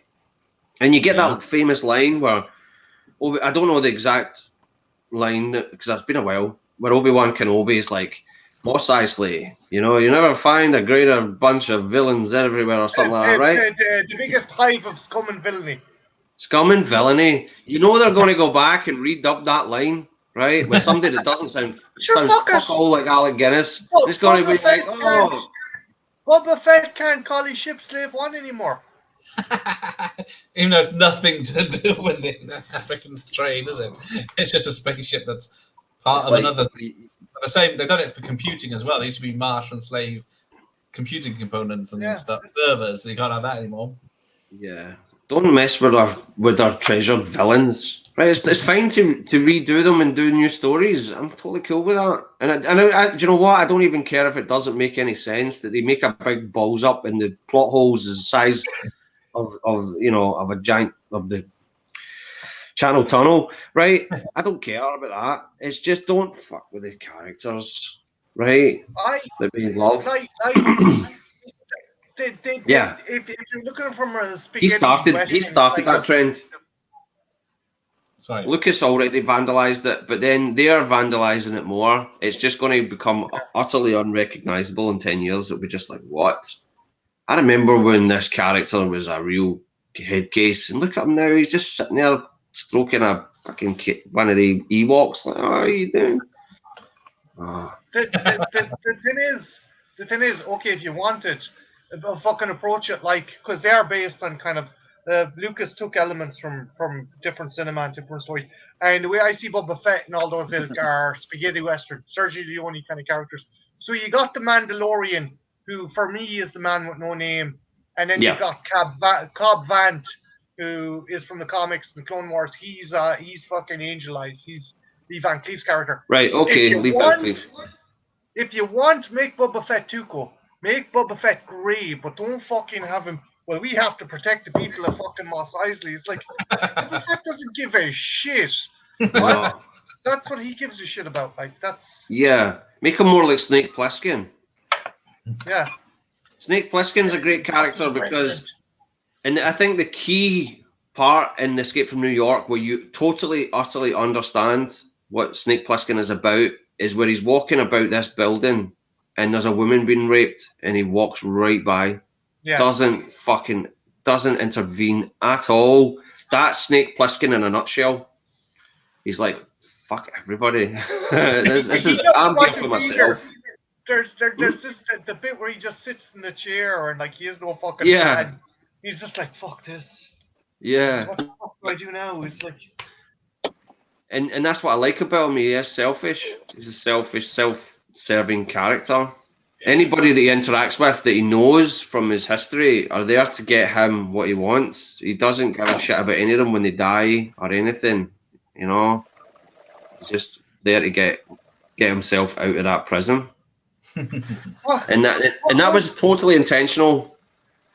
What was Pam Gear's character's name? That it turned out they had a sex change, and they gave him the big strong voice, the big booming voice. Carjack Malone. Carjack Malone, brilliant. I love it. I love Ellie. It's people hate it, and I don't because it's kind of like to Escape from New York. It's the Evil Dead 2 to Escape from New York. You're dead right. It's essentially a remake. It is a remake. Like I got a bigger budget. I want to remake it with a bit more scope. And it's got more satire towards Hollywood. It has a lot of jabs towards Hollywood's culture. The surfing, this plastic surgery, the Universal Studios underwater. Yeah. Was it the Disneyland? They have an equivalent of that where it's like the Happy Kingdom. Meet us at the Happy Kingdom, which is obviously they can't call it Disneyland because Disney will just pure come down on them. But in the basketball, they pretty much have like a basketball tournament where he's got to shoot hoops. And people have said that shot that he takes, that was real. That was Kurt Russell. But yeah, you got it. It's like Sigourney Weaver on Alien Resurrection. She got fucking. But I always get a bit suspicious. It's like when they say, "Oh yeah, Jack Nicholson and Jessica Lange and the Postman Always Rings Twice." They really bonked in that movie. They really bonked. It's like what? So they had this sort of gumption to go right. Okay, cut. Okay, break. Everybody, right? We're going to move. We're going to reset. Like back into shagging for real. Really? See, that's the thing. Back then, people didn't understand the filmmaking process. The press just went, right, these people, and the publicity were into that. They were just like, yeah, these people actually had sex. Did they really? Come on. These people are not, these are actors, not athletes. You'd have producers and stuff going, oh my God, this stuff, there's no such thing as bad news. It's like, shit will help us fucking movie, like, you know. I know. It's like Jessica Lange got home to her husband, and it's like, so what was work like today? Oh, well, you know, it was rather different because they actually directed me to have sex with Jack Nicholson, and it was all full of stops and starts and stuff like that. It was really exhausting. Wow. No, it's bizarre because when you were growing up, you hear these rumors about these films, and it's just absolute garbage when you think about it. What about Betty Blue? Betty Blue? That's all one shot though. And they're French. I mean, God. Right? Garrett, what do you think of Werner Herzog? That's a genius. I love it. I love to hear him speak. There's a brilliance. I don't know if it's Fitzgerald or Cobra Guard. Essentially, they were doing Kinski was an absolute fucking nightmare to work with in the jungle. Yeah. And one of the guys that was fucking cutting forestry, they had to cut through forestry shoot scenes. He got bitten on the leg by a snake. They had no anti-venom, they had no nothing. He had literally cut off his leg to save his life. So obviously the crew were looking after him. All the attention was taken away from Kinski. 14 hours straight, he went on a fucking tirade just screaming and roaring and fucking. You have Herzog trying to look after this guy who's injured. He's trying to sort out the scenes, and at the same time, I think it was Machu Picchu, so it might have been a tribe from that region. Fitzcarraldo They then, were extras. or what's the one? It's God, they're taking a ship over a mountain. Yeah. Fitzcarraldo. So anyway, right? The tribe, they're very kind of composed of quiet people, and they're not used to all this. They're not used to fucking kids shouting German, not all. Yeah. So one of the translators comes over to Herzog and goes, our chief would like to talk to you. So he's like, he's over. He's like, oh, okay. So he's like, so he's translating what the chief says. He goes to Herzog. He goes, the chief would like to know, would you like some of these men to take Kinski into the jungle and kill him?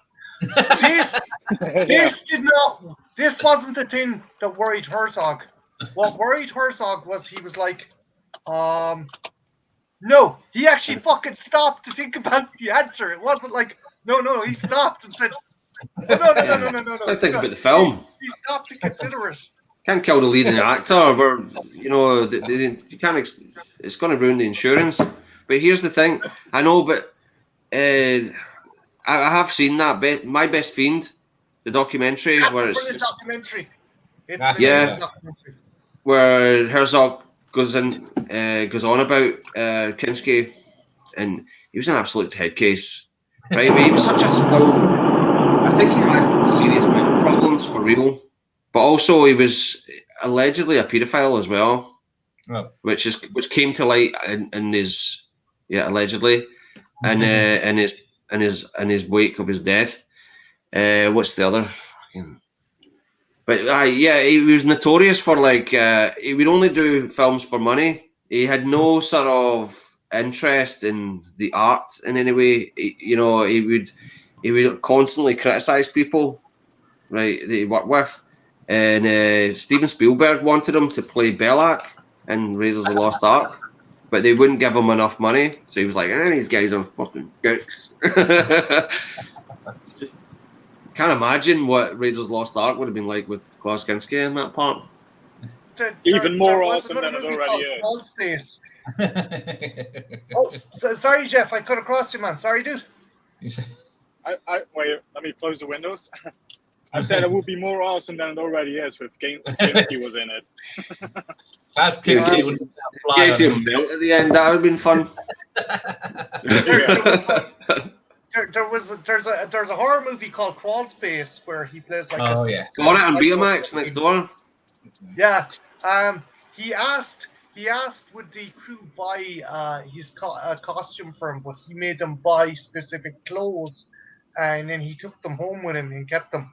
But apparently, every once in a while, the crew would come up and ask the director, "Can we kill Mr. Kinski?" And it's just he was just he was a pain in the fucking hole. Like I have seen that video where he goes crazy on the set of I think it was Fitzcarraldo. If you understand German, you can see the natives are all like, "What's wrong with this guy?" They're totally puzzled by this person's behaviour. But he would be like that on stage as well. He would spit at the audience and fight with the audience when he was Terrence, I'm amazed that fucking Herzog hired him, because his first encounter with him was when they were all living in the tenement building just after the war, and he literally exploded through the door and attacked the landlady for ironing a crease into his fucking shirt. Yeah, sounds about right. But in that documentary, he kind of explains that he kind of still loved him, even though he was an absolute maniac. Herzog was the only guy he was like, he could just about control him. He's like, that dog that attacks your fucking neighbors, but you still love him because he's a dog, It's weird that you get actors like that they could only be sort of directed in a certain way, right? Because I guess directors, they're managers, right? They're there. It is a form of persuasion, manipulation, whatever you want to call it. And, a great example is Elizabeth Taylor. Elizabeth Taylor, if you wanted, when she was at her prime, right, not when she was in the Flintstones, right, but when she was at her peak, Cat in the Hot Tin Roof, Cleopatra, she's a big star. If you wanted to get Elizabeth Taylor in your movie, obviously she's going to get a really decent salary. That's just straight off the bat, right? But you need to buy her some really expensive jewelry. First of all, you have to gift her some beautiful diamonds and shit. If you don't do that, she's not going to be in your movie. Like ego stroking and kind of just bribery and shit. No, it's more like, it's not really an ego stroke. It's more kind of being more pally with her and saying, you know, I'm your friend and I love you and I'm going to buy you some lovely jewelry and oh, you're such a nice friend. And then, yeah, well, come on, you want to be in Cleopatra, right? Slip the contract underneath. Ironically, when you're saying about Elizabeth Taylor, one of the guys who worked on Crawl Space, like the director was so fed up and the cameraman said, oh, don't worry about it. You think this is bad? Try working with Elizabeth Taylor. I think that was one of the lines that the your man said. But Gareth, is there any fucking crazy actor that you like, even though they're an absolute fucking nutbag, and you probably shouldn't like them? Yeah, there's a lot, isn't there? Rip Torn. You've got to love Rip Torn. Especially in Freddy Got Fingered. He was fucking amazing in Freddy Got Fingered. I haven't seen that. Oh, you need to see Freddy Got Fingered. There's a watch party for you. Isn't there a scene where, like, he's in the shower with Tom Green and he literally, somehow, whatever way he pushes the door out, he ends up pushing one of the cameramen into frame and they just fucking leave it in the... Just keep it in there, yeah. There's a bit where he's running away, because it's fucking insane. He's running away from Rip Torn, who is his father, and he's kidnapped him and took him to Pakistan, right? And he wakes up in Pakistan and he's getting chased by his dad. He's like, I'm gonna fucking kill you, right? And how he stops him is he wanks off an elephant, and the elephant jizzes on him. And when and after the elephant's jizzed on him, it's like everything's all cool now. It's like this has really cooled him off. Doesn't his brother get taken away by social services because he says that the brother was like Freddy Got Fingered by my dad, yeah. Hence the name of the movie. Yeah, it's totally warped. Gary Busey. The relationship between Gary and your one in the wheelchair.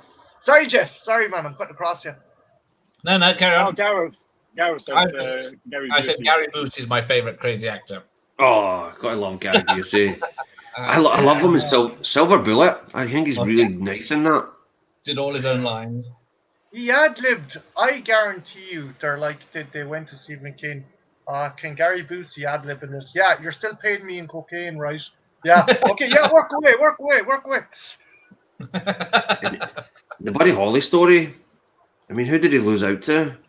John Voight that year. You know, it was a great performance, especially because he didn't. Yeah, he captured Buddy Holly and he played all the songs. He even used like Buddy Holly's guitars and stuff like that. Amazing. Terrence, was Buddy Holly before or after his motorcycle accident? No, that was 70s. 78. Okay. So yeah. No, just after the Big Wednesday. I fucking love him in the Big Wednesday.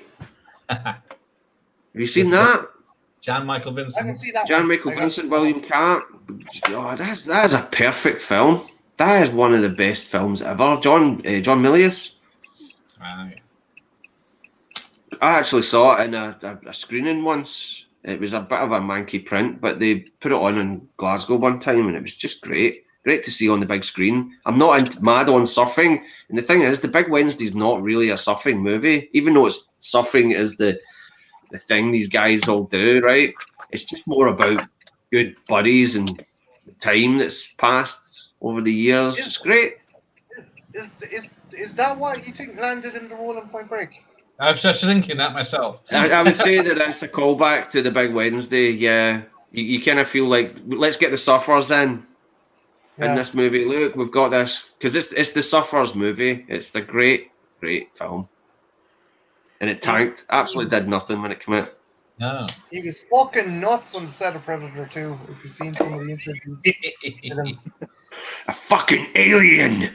The lions, the tigers, the bears. Oh my. Yeah. He makes Thing it is always- worth it. Thing that's always annoyed me is when they're in that little back room when they're getting all the exposition about the Predator, right? Before they go in and all get killed, right? And Danny Glover manages to make his escape by grabbing one of the guys and pulling a gun on him, right? And it's really bad because, and you'll never unsee this now, and I'm sorry, I'm going to ruin Predator 2 a wee bit more for you, even though it's brilliant. He's just holding the guy by his lapel on his shirt. Holding him by the lapel. And you can tell quite clearly he's just holding him like that. And the guy's giving it all this. Right? And I've always noticed that. Always, it's really annoyed me. He couldn't break kayfabe. That's that, yeah. But yeah, Predator 2 was pretty. I don't care how stereotypical or how badly. I love the fucking Jamaicans. Fucking man. Oh no. Yeah, You know, man. the Colombians as well. Right? The Scorpio is ready. And his fucking nose fucking full of coke. It's such awful stereotypes, man. Fucking, I never knew the medicinal fucking attributes of cocaine until I saw Predator 2. One dude with a bullet hole in his fucking shoulder, he's just putting cocaine and it was like, fine, fuck it. Yeah, and it's kind of interesting. That was at the sort of stage where it's the last time, the last years of Pablo Escobar, and which is where License to Kill was kind of taking its idea from as well. Yeah, these big giant drug cartels, and but I don't know. I see kind of how offensive it is now. But one thing I'll give Predator to, and you probably see that as tokenism, but I was always really amazed at the time that how diverse it felt like. That's what the Los Angeles Police Department actually looks like, where you've got his crew, Harrigan and his crew, and they're Latinos, there's African Americans. It kind of feels like that's a real representation of the LAPD as opposed to Terminator 2. Although they've got like T-1000 working for them, right? So fucking apparently in interviews, kind of, and Cameron says he was vindicated, but like in interviews he said like that fucking one of the big driving forces, because was T2 1991 or 1992? August of 1991. I was counting the days till that movie arrived. Could not wait, and it did not. It exceeded my expectations. Rare does that happen with any film. I must have. You remember the chart show that used to be on a Saturday morning, right? When they premiered the Guns N' Roses "You Could Be Mine" video, I was ready for that. I knew that was coming out, and I taped it, and I was going through it, like you get on YouTube now, where you get these reaction videos where they slow it all down and they go, "Look, there's Spider-Man doing this," like that new Black Panther one that dropped. Everybody's going through it. There's the Submariner, fucking yes, right? Well, I was like that with Terminator 2. I invented that back then. Everybody did, right? I'm sure we all did. Like fucking Kevin Costner with the Bermuda tape. Back and to the left.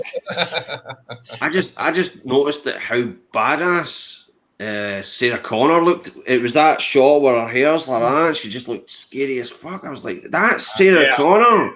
I was like, I cannot wait to see that. And she didn't disappoint. Everybody was on their A game in that movie. And everybody was doing it right.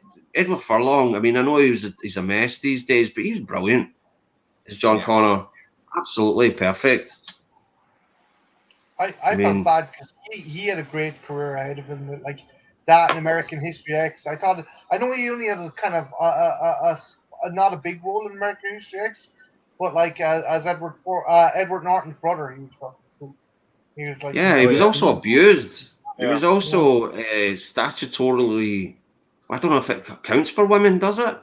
That he's someone that worked for him, was an older woman, was doing him when he was underage. Yeah. You know, giving him that alleged Asia Argento sort of persuasion. I feel bad, but every time I hear something like that, I think of South Park with the cops going nice. It's just fucking Nice. Yeah. Didn't have the same stigma to it though, did it? It's like, oh yeah, you get to go to bed with your teacher. That's well done. I mean, it's like that terrible Adam Sandler movie, That's My Boy, where it's all like Terrible. isn't it? No. But it is. It's actually a crime Oh yeah. happening. She goes to prison, doesn't she? Well, It's Edward actually Furlong's. Susan Sarandon's daughter that plays the teacher at the start, Yeah. and then obviously. Yeah. Oh yeah, in that film, yeah. But I don't think there was any charges against Edward Furlong's abuser. Because I mean, that's what else do you call it, right? It's not his girlfriend. I'm sorry. Yeah, Sylvia Christel in Private Lesson. Oh yeah, in the movies, yeah, they encouraged that. That's the thing. Popular culture encouraged that behaviour, lusting after your teacher, and it becoming true. I mean, weird science. Jeez, oh right. Luckily, the film's so bizarre and weird that it kind of dissipates a lot of that. But that moment where she's in because I watched it, I reviewed it last year. Weird Science, hadn't seen it in a long time. That moment where she's in the lingerie shop, it's like if you were a 15-year-old boy, would this turn you on? Right? So what the hell? You know? But when you were younger, that was hilarious. You're just like, this film is brilliant. Yeah. Gareth, did you pick anything up for your birthday? Any new films or any DVDs or VHS tapes or anything? Did you pick anything else? Treat yourself Some for your lovely birthday. one from Terrence. Yeah. I can never repay him for. Nothing. You're not going to repay me. The way you could help us out is if when petrol gets cheaper, right? Which it hopefully will once. Hopefully that Ukraine doesn't like completely explode, right? Just give us all that. Just get up here and get the rest of them. That would help me out actually, because I don't want to bin them. I don't want to. Nobody's going to take. I don't know anyone that's going to take them, and I don't want to. I don't want to scrap them. You could chuck them on eBay and make a fortune. I hate doing eBay. Do you think? Guys, do you think VHS is going the way of vinyl, or just people like with streaming and shit? People aren't that fucking kind of pushed on keeping VHS tapes or physical media anymore? Because vinyl came back in a big way. Well, is there the same kind of attraction, or is the same? No, because vinyl actually sounds perfect, but VHS it's a lower resolution. You can't really sell it to people when it's like, yeah, this is better than 4K because it's a lower resolution. I did see mono sound, and although I did see a guy on YouTube many years ago make a case for it that seeing Predator on cassette is better than seeing it on 4K. That there are certain aspects of seeing it in that format that makes it better. And I can't remember what he used to sort of prove that point. Terrence, I think I know the same video, and I'd agree in certain aspects. For example, I love Jurassic Park, but some of the animatronics, like when the raptors enter in the kitchen, it wasn't until I got it on Blu-ray that I noticed there's actually a dude fucking next to the raptor actually opening the kitchen door. But when you were watching it on VHS, widescreen, yeah, it wasn't as crisp and clear, so that kind of helped the illusion. That kind of helped hide the illusion. It always depended on the way that the video distributor put it out there. Because I used to have a copy of Assault on Precinct 13, and Assault on Precinct 13 is a proper widescreen movie, right? It's because John Carpenter, I don't think he ever shot in any other format. He always went wide with his films. Even Big Trouble in Little China is like that. But Assault on Precinct 13, the version that I had, you would have two cops sitting in the car in a two-shot. Cheers, Dad. Right? You'd have one cop sitting like this, right? And you'd have the other cop on the opposite side of the screen sitting like that.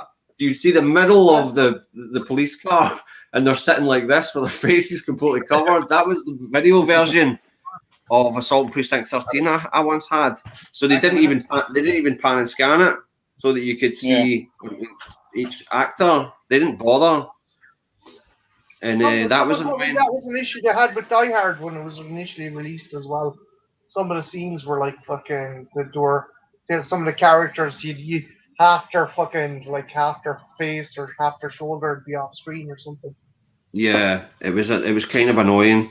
That was down to the distributor, because I know people dislike pan and scan, the idea that you're cutting from one side of the screen to the next or panning. And some ones, I had the original version of Flash Gordon that I had, the original Thor EMI. I used to have that, and when they did the pan and scan, it went it like juddered like that. You were like, whoa! It was really bad. I don't know if it was just that tape or that was the way the distributor put it, but it was really distracting, right? But here's one that I would defend: analog, Betamax, VHS, as an American Werewolf in London, right? I used to watch that film every day, every single day on VHS. He's got the version, the Channel 5 Spectrum one, and it was a little bit darker than the DVD, and it was, you know, it was VHS, and that sequence at the end where the werewolf was running through Piccadilly Circus, that just looked amazing. And then when the DVD came out, I saw it for the first time in that format, and I was like, it just looks rubbery. I mean, not massively rubbery. You right? Also tell that someone was doing the wheelbarrow trick, because that was done with the wheelbarrow trick. Yeah, they're doing the wheelbarrow because it's the front pause going, right? And I mean, it's not the most rubbery looking thing. It's actually still brilliant, but it diminished. The curtain is lifted a wee bit on you, and it's you know, you can't unsee it. The DVD certainly diminished in that version, and it wasn't a big deal, but at the same time, the best viewings I've ever seen of it was on VHS. Every time. Again, the fact that it's a double-edged sword, Blu-ray and kind of high definition, because it does kind of really kind of it really depends on the film. In older movies. It really depends on the film. If I had a choice, I would watch American Werewolf in London on video. Really. If I had a choice with Life Force, which I had on cassette as well, I would watch that on Blu-ray 4K. That film looks magnificent. I did not like that film when I saw it on VHS, but when I saw it on a Blu-ray, there we go. When I saw Life Force on a Blu-ray, my whole opinion of the movie changed. It felt epic. It's meant to be a Canon Films epic. Watching it on VHS, it's lost. Did you have the Blu-ray version? Did you have the European cut with the Henry Mancini score at the start? Not sure. There's one that has kind of just. Oh, sorry, Terence. What? There are two cuts, yeah, because Canon Films got Tobe Hooper to cut it for the American market, and he was happy to do it as well. They had a great working relationship, but that stuntman that I interviewed, Steve Lambert, right? He kept teasing me, saying, "I've got a great Tobe Hooper, Menahem Golan story," and he wouldn't tell me. He's like, "Read the book. Go get the book." I was like, oh. You know, because that's the thing is people. I've had this argument for years about Tobe Hooper. I think the more I look into Tobe Hooper as a film director, the better he seems to be. Because I was always kind of the guy that he only made one good movie, the Texas Chainsaw Massacre. I always just believed that. And then as years have gone by, he's got tons. He's done loads of cool stuff, and that rumor hung over him, and I believe that too, because everything you read in a film magazine, for me, was fact. That Toby Hooper, Poltergeist, about Poltergeist. Exactly, Poltergeist. They never directed Poltergeist, according to nobody, right? Right, because you watch that Cursed. I don't know if it's on the Cursed films, but I've seen interviews with the cast, Craig T. Nelson and all. There's like Toby Hooper was there every day, right? And the rumor that he had a drug problem, the guy didn't. The guy was never out of work, right? How could he be a successful film director and have a serious drug problem? Nonsense. The problem was he didn't have drugs in America, in Hollywood. No, but he spent a long time.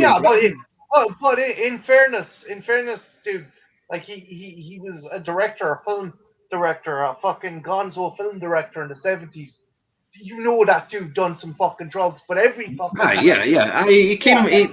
his first film, Eggshells, is a total dippy movie, right? The guy's definitely dropped acid and smoked a few doobies in his time, right? But whether he was sitting on the set of sneaking off on the set of Poltergeist so he can smack up or get pure high as a kite on coke. And he never seemed like that kind of guy. We ever see him like we're just doing this and they're doing that, you know. And you see him on the set of Life Force, he's just like, he's a very kind of chilled guy, right? What kind of drugs was he on, right? And you look at these other films. The Funhouse is brilliant.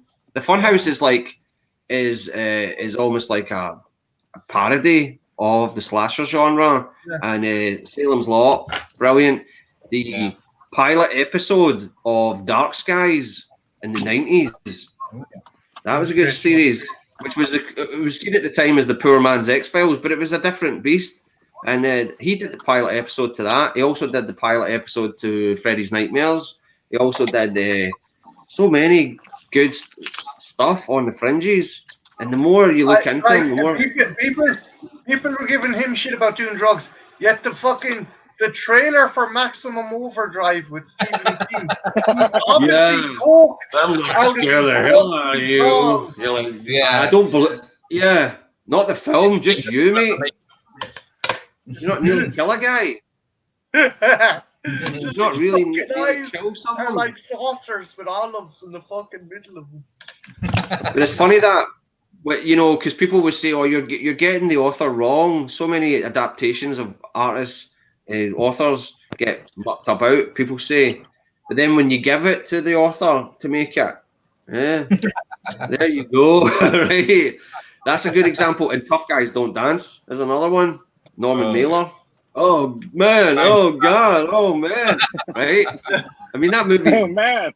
That movie's good. I actually like it, but parts of it are incomprehensible. I mean, the first hour of the movie, you're like, "What is going on in this movie?" And then it reveals itself. It reveals what the plot is meant to mean, and you're going, "This could have been told in a really straightforward way, and it would have been probably a compelling thriller." No, they've got to jumble it all up in a stupid, pointless way for no bloody reason. So yeah, you give the author complete freedom to do what they want, and they still cock it up.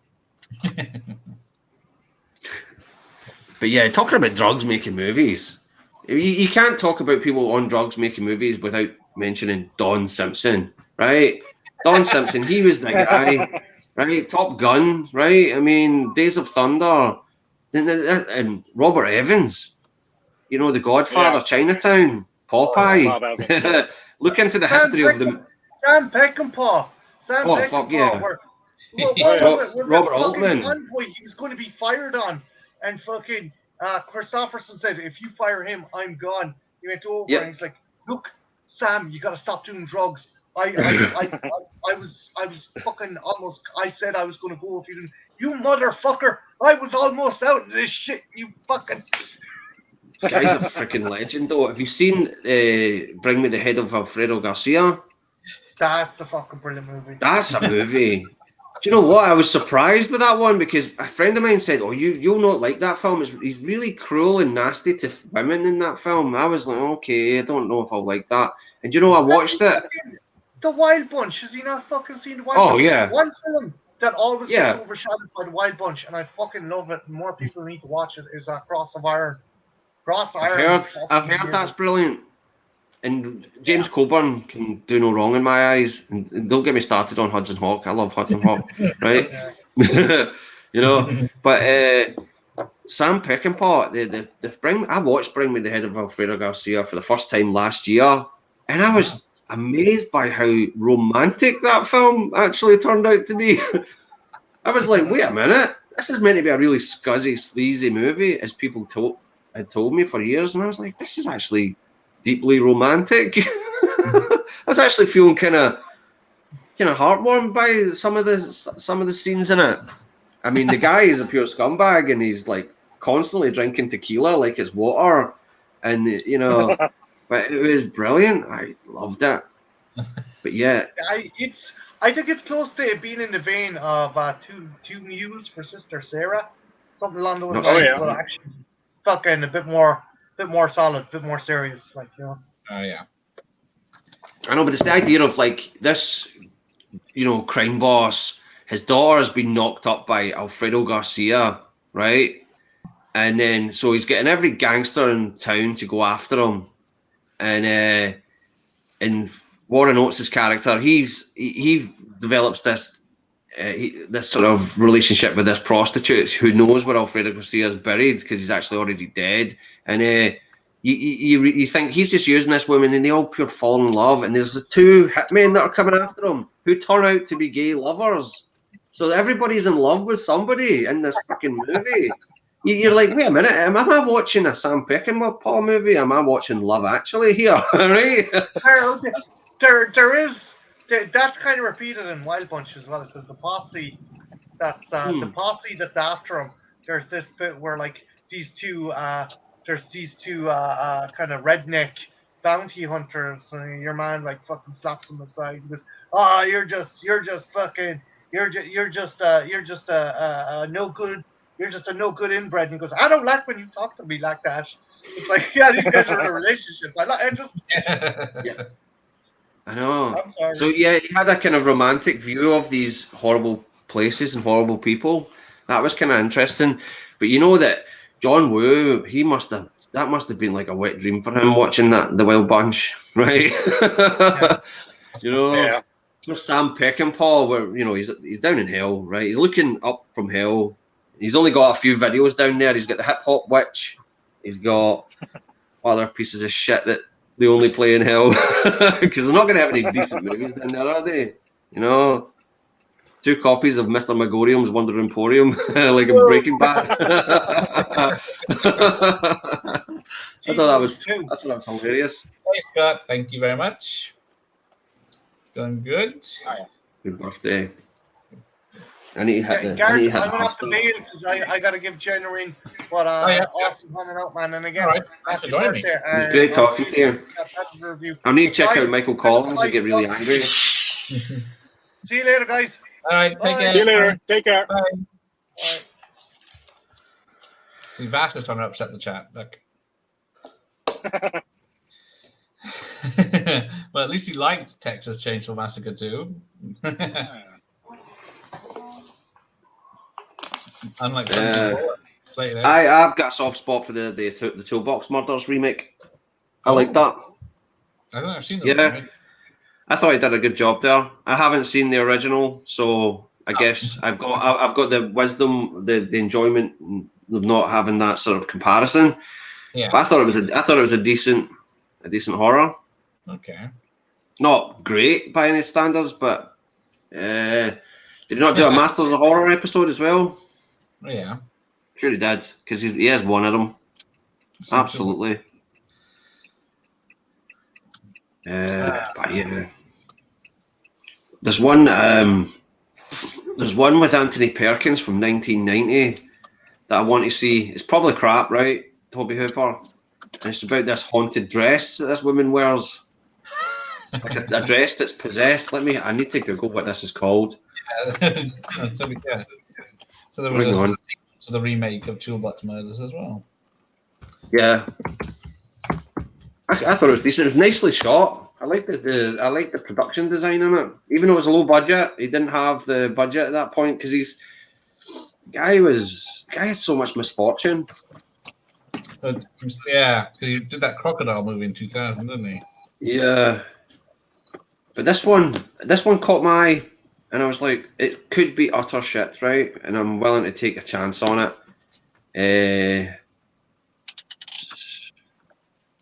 Take a chance. 1990. No, it's not here.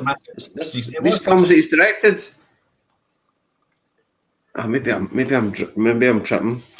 Because Night Terrors. Crocodile 2000, Sam Furstenberg was assistant director on that one. Oh. Yeah. Oh, is that a television movie? Which one? No, I'm looking on Wikipedia here and I'm not seeing this movie. I'm Dangerous Tonight. Yeah, it's a TV movie, sorry. Great film. USA Network, 1990. Is that the one with Tommy Lee Jones? Yes, that's it.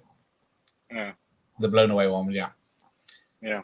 The film revolves around a cursed Aztec ceremonial cloak that possesses anyone who wears it. Young college student Amy decides to make a dress out of the cloth. Once she dons the dress, she falls under the spell and becomes a remorseless killer. Directed by Toby Hooper, and it's got Anthony Perkins. It looks like he's got a sort of side part, Professor Buchanan. So, and Arlie Ermy. Oh yeah. He's there. Dee Wallace. Yeah, I mean, TV movie, 1990. Yeah, I'll give it a go. What? You got some decent. I kind of like the odd TV movie. Decent is not a glowing recommendation from. Hooper's last film, the Djinn movie, was perfectly fine. Yeah. So many I haven't seen. I saw the Crocodile film, but unfortunately, low budget. But there was a scene. It must be a real kick in the pants, though, to do something like Life Force and then have to go back to low budget films like that. Yeah. You know, what goes up must come down. You know, because Poltergeist, that's the thing. I think it was Poltergeist that was the curse on him, was that you never directed that movie. Because you could pretty much ride that for a while. This movie was an absolute blockbuster, game changer. Ghost movies were never like this before. We had modern technology. You had an explosive ending where you had skeletons and a crazy clown and a freaking house that implodes on itself, right? The Changeling, wasn't it like that? The Haunting, wasn't it like that? Right? There was a special effects extravaganza, and he got sort of, you know, criticised in this way.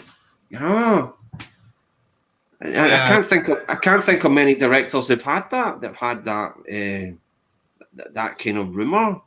You know, I mean, freaking Bryan Singer never completed Bohemian Rhapsody. He got fired, or he was told to leave, or whatever, allegedly, right? Yeah, and he gets full director credit. Dexter Fletcher came in and finished it. Lucky for him, they never gave him the credit. Do you know what I mean? Yeah, still. What kind of film would I direct? Ooh, that's a good question. Torture porn with Ricky in the. I think it's about time we had a really good homosexual of any sex, right? Action hero, but it's not like, oh, I am super gay. That just so happens that they're they are homosexual, male or female, doesn't really matter. Well, I suppose they had Atomic Blonde with what's her face, Charlize Theron, which was all right. I mean, the action scenes in it were top class. The fight scenes were brilliant, but the movie as a plot, as a sort of spy thriller, bit lame. But I don't know when it's that kind of way where it's just, you know, you get that kind of bisexual kind of just for male gaze reasons. I mean a sort of more realistic portrayal of a homosexual character that is, well, I suppose Gay Perry in Kiss Kiss Bang Bang. I love that character, right? He was cool, right? But other than that, you don't get enough of them. You don't get enough representation in that way. So I would like more of that. Oh yes, Monday morning for the MC. Take care, the MC. Thanks for joining us. Thank you. Hang on. Oh, sorry. If Life Force was a better film, he would have got better gigs. Life Force is a good film. Yeah. Yeah, It's got great nudity in it. and he did a perfect job. And that's the thing. So many people have flops, right? Toby Hooper, I mean, I suppose you're kind of right there, because he had Invaders from Mars and Texas Chainsaw Massacre 2. None of them really set the box office on fire. And it's a real shame that this country would not allow the Texas Chainsaw Massacre Part 2 to come out in the cinema, even. Right? Canon Films were like, wait a minute. Right? And they backed down. They were just like, okay. They wouldn't cut the film. They wouldn't do anything to get it on in the cinema. They just wouldn't release it. And my God, I've seen Three Stooges movies that are more violent, and I was gutted when I first saw it. When I first saw that, I was like, "This is banned. What? Crop top? This guy's banned? What the fuck?" Fuck. I still need to revisit it. I haven't seen it since 1995. Oh dear. I got it on pirate from the Barras, the Barrowlands. That Bible John's old stomping ground. That was the pirate place, and that's when I got Texas Chainsaw Massacre Part 2, and I could not wait to watch it. The opening scene I just thought was brilliant, with the guys in the car and he gets his head all sliced open. I was like, oh, this is great. But then when it got to Dennis Hopper having chainsaw fights, I was like, what? And that bit there's so many bits that still stick out for me. When he's got the chainsaw between the girl's legs, right? And he's kind of like going, you're like, even that's a bit too disturbing for me. And but yeah, that Chop Top, he was brilliant. I always kind of thought that him, in hindsight, him and Leatherface were like Jay and Silent Bob in that movie. And as I remember, he called him Bubba. He rarely called him Leatherface. Oh, and they were kind of like a comedy double act. Say that for the third film, didn't they? Sorry. Where am I? What's your favorite American Pie film out of the 12, 14? I haven't seen any of them. Not one? No. The Wedding. Didn't appeal to me. People were raving about it in 1999 at college, and I was just like, oh, that just sounds like Porky's. I don't really like Porky's. So it didn't appeal. It was like, oh, a guy fucks a pie, and I'm like, okay, hilarious. Right. I know, and I'm too far gone now to really enjoy American Pie. No. Yeah, I think the Wedding one's probably the better one. That's the funniest one for me. There is some heart in it. I'm not really mad on it's Super Bad. That was probably my favourite horny teenager comedy. I like that. Sophie's back for Gareth. some more talents. No, just a quick question. How's my connection? You're all right at the moment? Yeah, because I'm at the basement. I'm going into an elevator, so I might lose connection for a few seconds. All right, we'll see. You'll be back. Yeah, for sure. I feel like I'm starring in the Metal Gear Solid movie. And you're just going to go in and fucking choke a guy out. You know, just don't get shot, okay? I don't feel like screaming snake at the top of my fucking voice. You have to do wet work in between shows. But yeah, there's a chainsaw between the legs in Running Man. You cold-blooded bastard. I tell you what I think of it.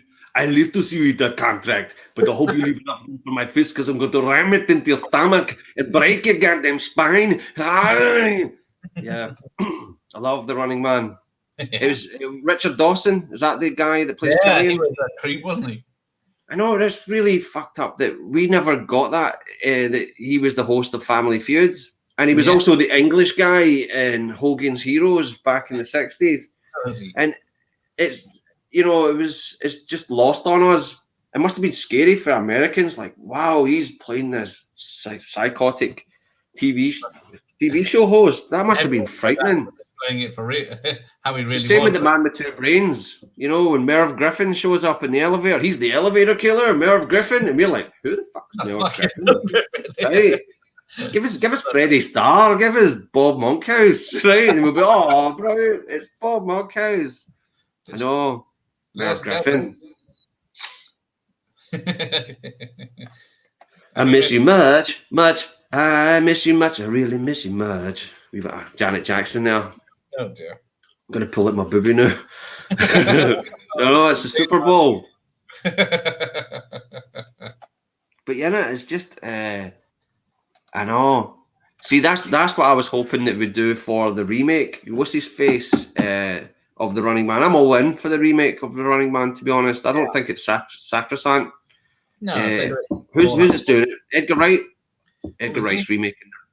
that'd be good. Edgar Wright's remaking The Running Man. This was pre-pandemic. This was planned, so maybe it's all fell on the scrappy. But I don't know. I've not been following it. But Steve Harvey, give me Steve Harvey as Killian, and I'll be there. Seriously, because he's the current host of Family Feud, right? Right. You know, thanks to the internet. we know- And Les Dennis is dead, right? Isn't he? Les Dennis is dead, isn't he? No, is he? Is he not? I don't think so. We're back. Mandela effect. I blame the Mandela effect. It might be. I don't know. Dennis Waterman's dead recently. Oh, I know. Oh, no. Is it Dennis is still alive? Nice. I'm happy. He's not. Yeah, that's the top answer. But but yeah, give me Steve Harvey as Killian, and I'll be there. Because Steve Harvey's one of these guys you just couldn't imagine being a psychotic television show host, and it would be frightening. It'd be really frightening.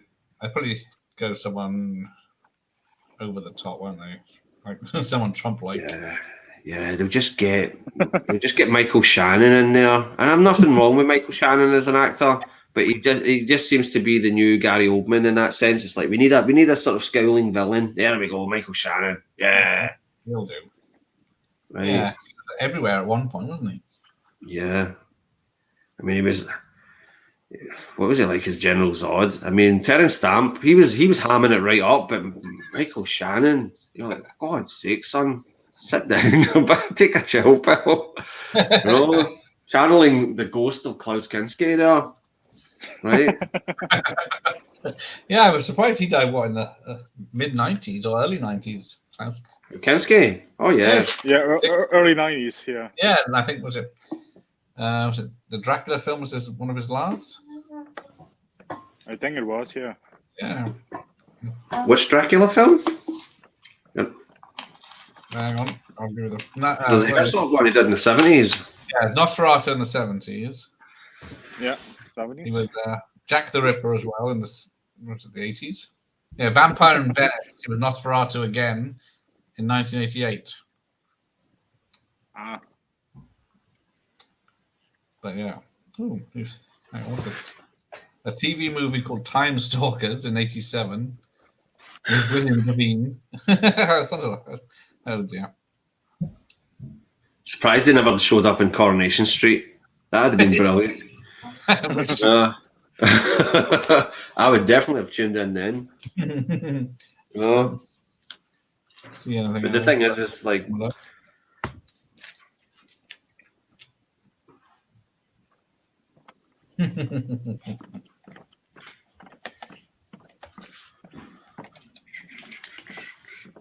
Right, I think 2 more minutes and then we'll wrap it up. Oh, my back's killing me on this thing. yeah, that looks really comfy as well. I'm not. It does look comfy, doesn't it?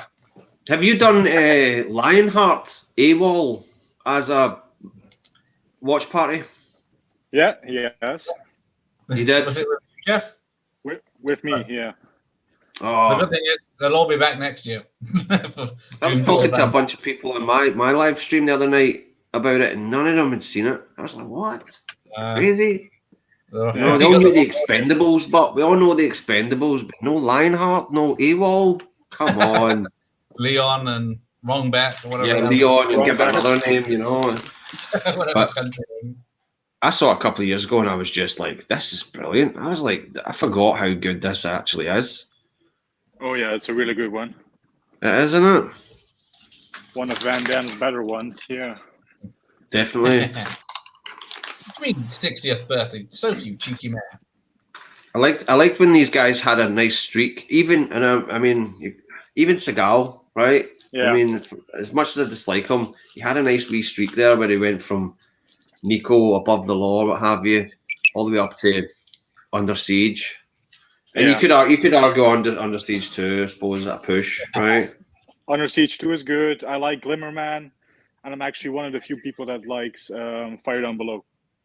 Ooh. I actually thought that was pretty good, but Fire Down Below. Pretty good. It was okay. But you know. It's fine. You like what you like, it's all good. I mean, let's put it this way. I'd take it over any of his straight to DVD movies. Yeah, I know, but you would take going blind than watching one of them. I'm serious. So such a cynical exercise. That's the thing. Same with those Bruce Willis. I mean, I know it's unfortunate that he's not well, right? But the films themselves are just unbearable. It's like those guys don't bother me so much because Bruce Willis kind of fell on the wayside a while ago, right? Yeah. As an actor, and I got over it. I was never really that mad about Bruce Willis, but Nicolas Cage, and the good thing is Nicolas Cage can come back once in a while with like that recent one.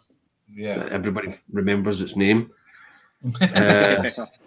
But see when he was just churning out straight to DVD garbage all the time, it just broke my heart. Because Nicolas Cage, I don't see him as an action star. I see him as an actor, right? Yeah. He's an actor that flirted with the action genre for a wee while. Face Off and Con Air. The Rock. And it was good. And it was a good period, It was exciting. But, when you look at stuff like Leaving Las Vegas, Wild at Heart, and crazy movies that he's done. Right. I love Red Rock West as well. That's one of my favorites. Yeah, it's a really decent noir thriller. The right moral things, and he still gets in the shit. Yeah, he just cannot do any good at all. I identify with that guy. You try and do some good, and it just blows up in your face. Love you too, Sophie. Find that Spider-Man DVD. No worries, Scott. Yeah, busy day, all right. And it's all night. As it were. I did. Thank you very much. All right. I'll actually be off work after this one. I have 2 days off. Where is it you're walking to? I'm patrolling this building. Oh, you're patrolling the building, right? Okay. Yeah, so it's like a building with 10 protecting it from Solid Snake, then.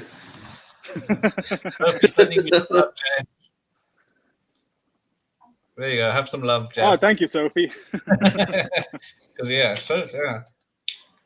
think Jeff's a inside man for a heist. I think. Hey, now you're talking. Right, I'm going to wrap this up. Thanks for Terence for coming on, and Jeff. I have one more question, Gareth. Okay, one more question. I was going to say that the video of Arnie you showed earlier. Yeah. How the hell did you get Arnie on? I don't know. I didn't even have to pay a cameo or anything. It was he sent it to me. He was saying, I was amazed. Yeah, I'll be at the stream for you. I'll comment in the comments. Yeah, he's plugging our watch party. Yeah, that's awesome. He looked very good. He's very healthy. I've got a little secret for you. Huh? Oh yeah. What'd you say, Terence? You can just blackmail Arnie. You know where all his other love childs are. Illegitimate kid. All the other housemaids that he's knocked up. What are you saying, Jeff? I was going to say, I got a little mystery to solve for you here. Oh, or a little, that Arnie on the video, he appeared to have my hairline. He did. He was losing his hair more. Yeah. I've got a secret for you. Oh yeah. All along. Oh, that's me thinking I've made it. His tan did stay in his face, so it didn't look like. I love Yeah, Batman and I thought Robin. that was awesome. Yeah. Ice to see you. See you, Ice. What killed the dinosaurs? The Ice Age. Perfect. That was perfect. Well done. He is very good. So the whole stream of Running Man is going to be total Arnie. Oh, you can count on that. Yeah. Don't forget to send me a copy. People, no. All right then. Thanks for everyone. And it's Sunday Yeah, night. thanks once again, Gareth. Have a great remainder Yeah, of the enjoy evening, the rest of your remainder birthday. of your birthday. Yeah. Thank you, Jeff. Yep, I'll see you in a week, is it? Yeah, it's in a week, isn't it? Back on again. Coming up soon. Yeah. What film are you going to talk about? Running The Running Man. Man. Of course, the Doom. It is Sub-Zero. Now, Plain Zero. Thanks, Scott. You take care too. All right. Good night, everyone. Good night, everyone. Bye-bye. And everyone in the chat.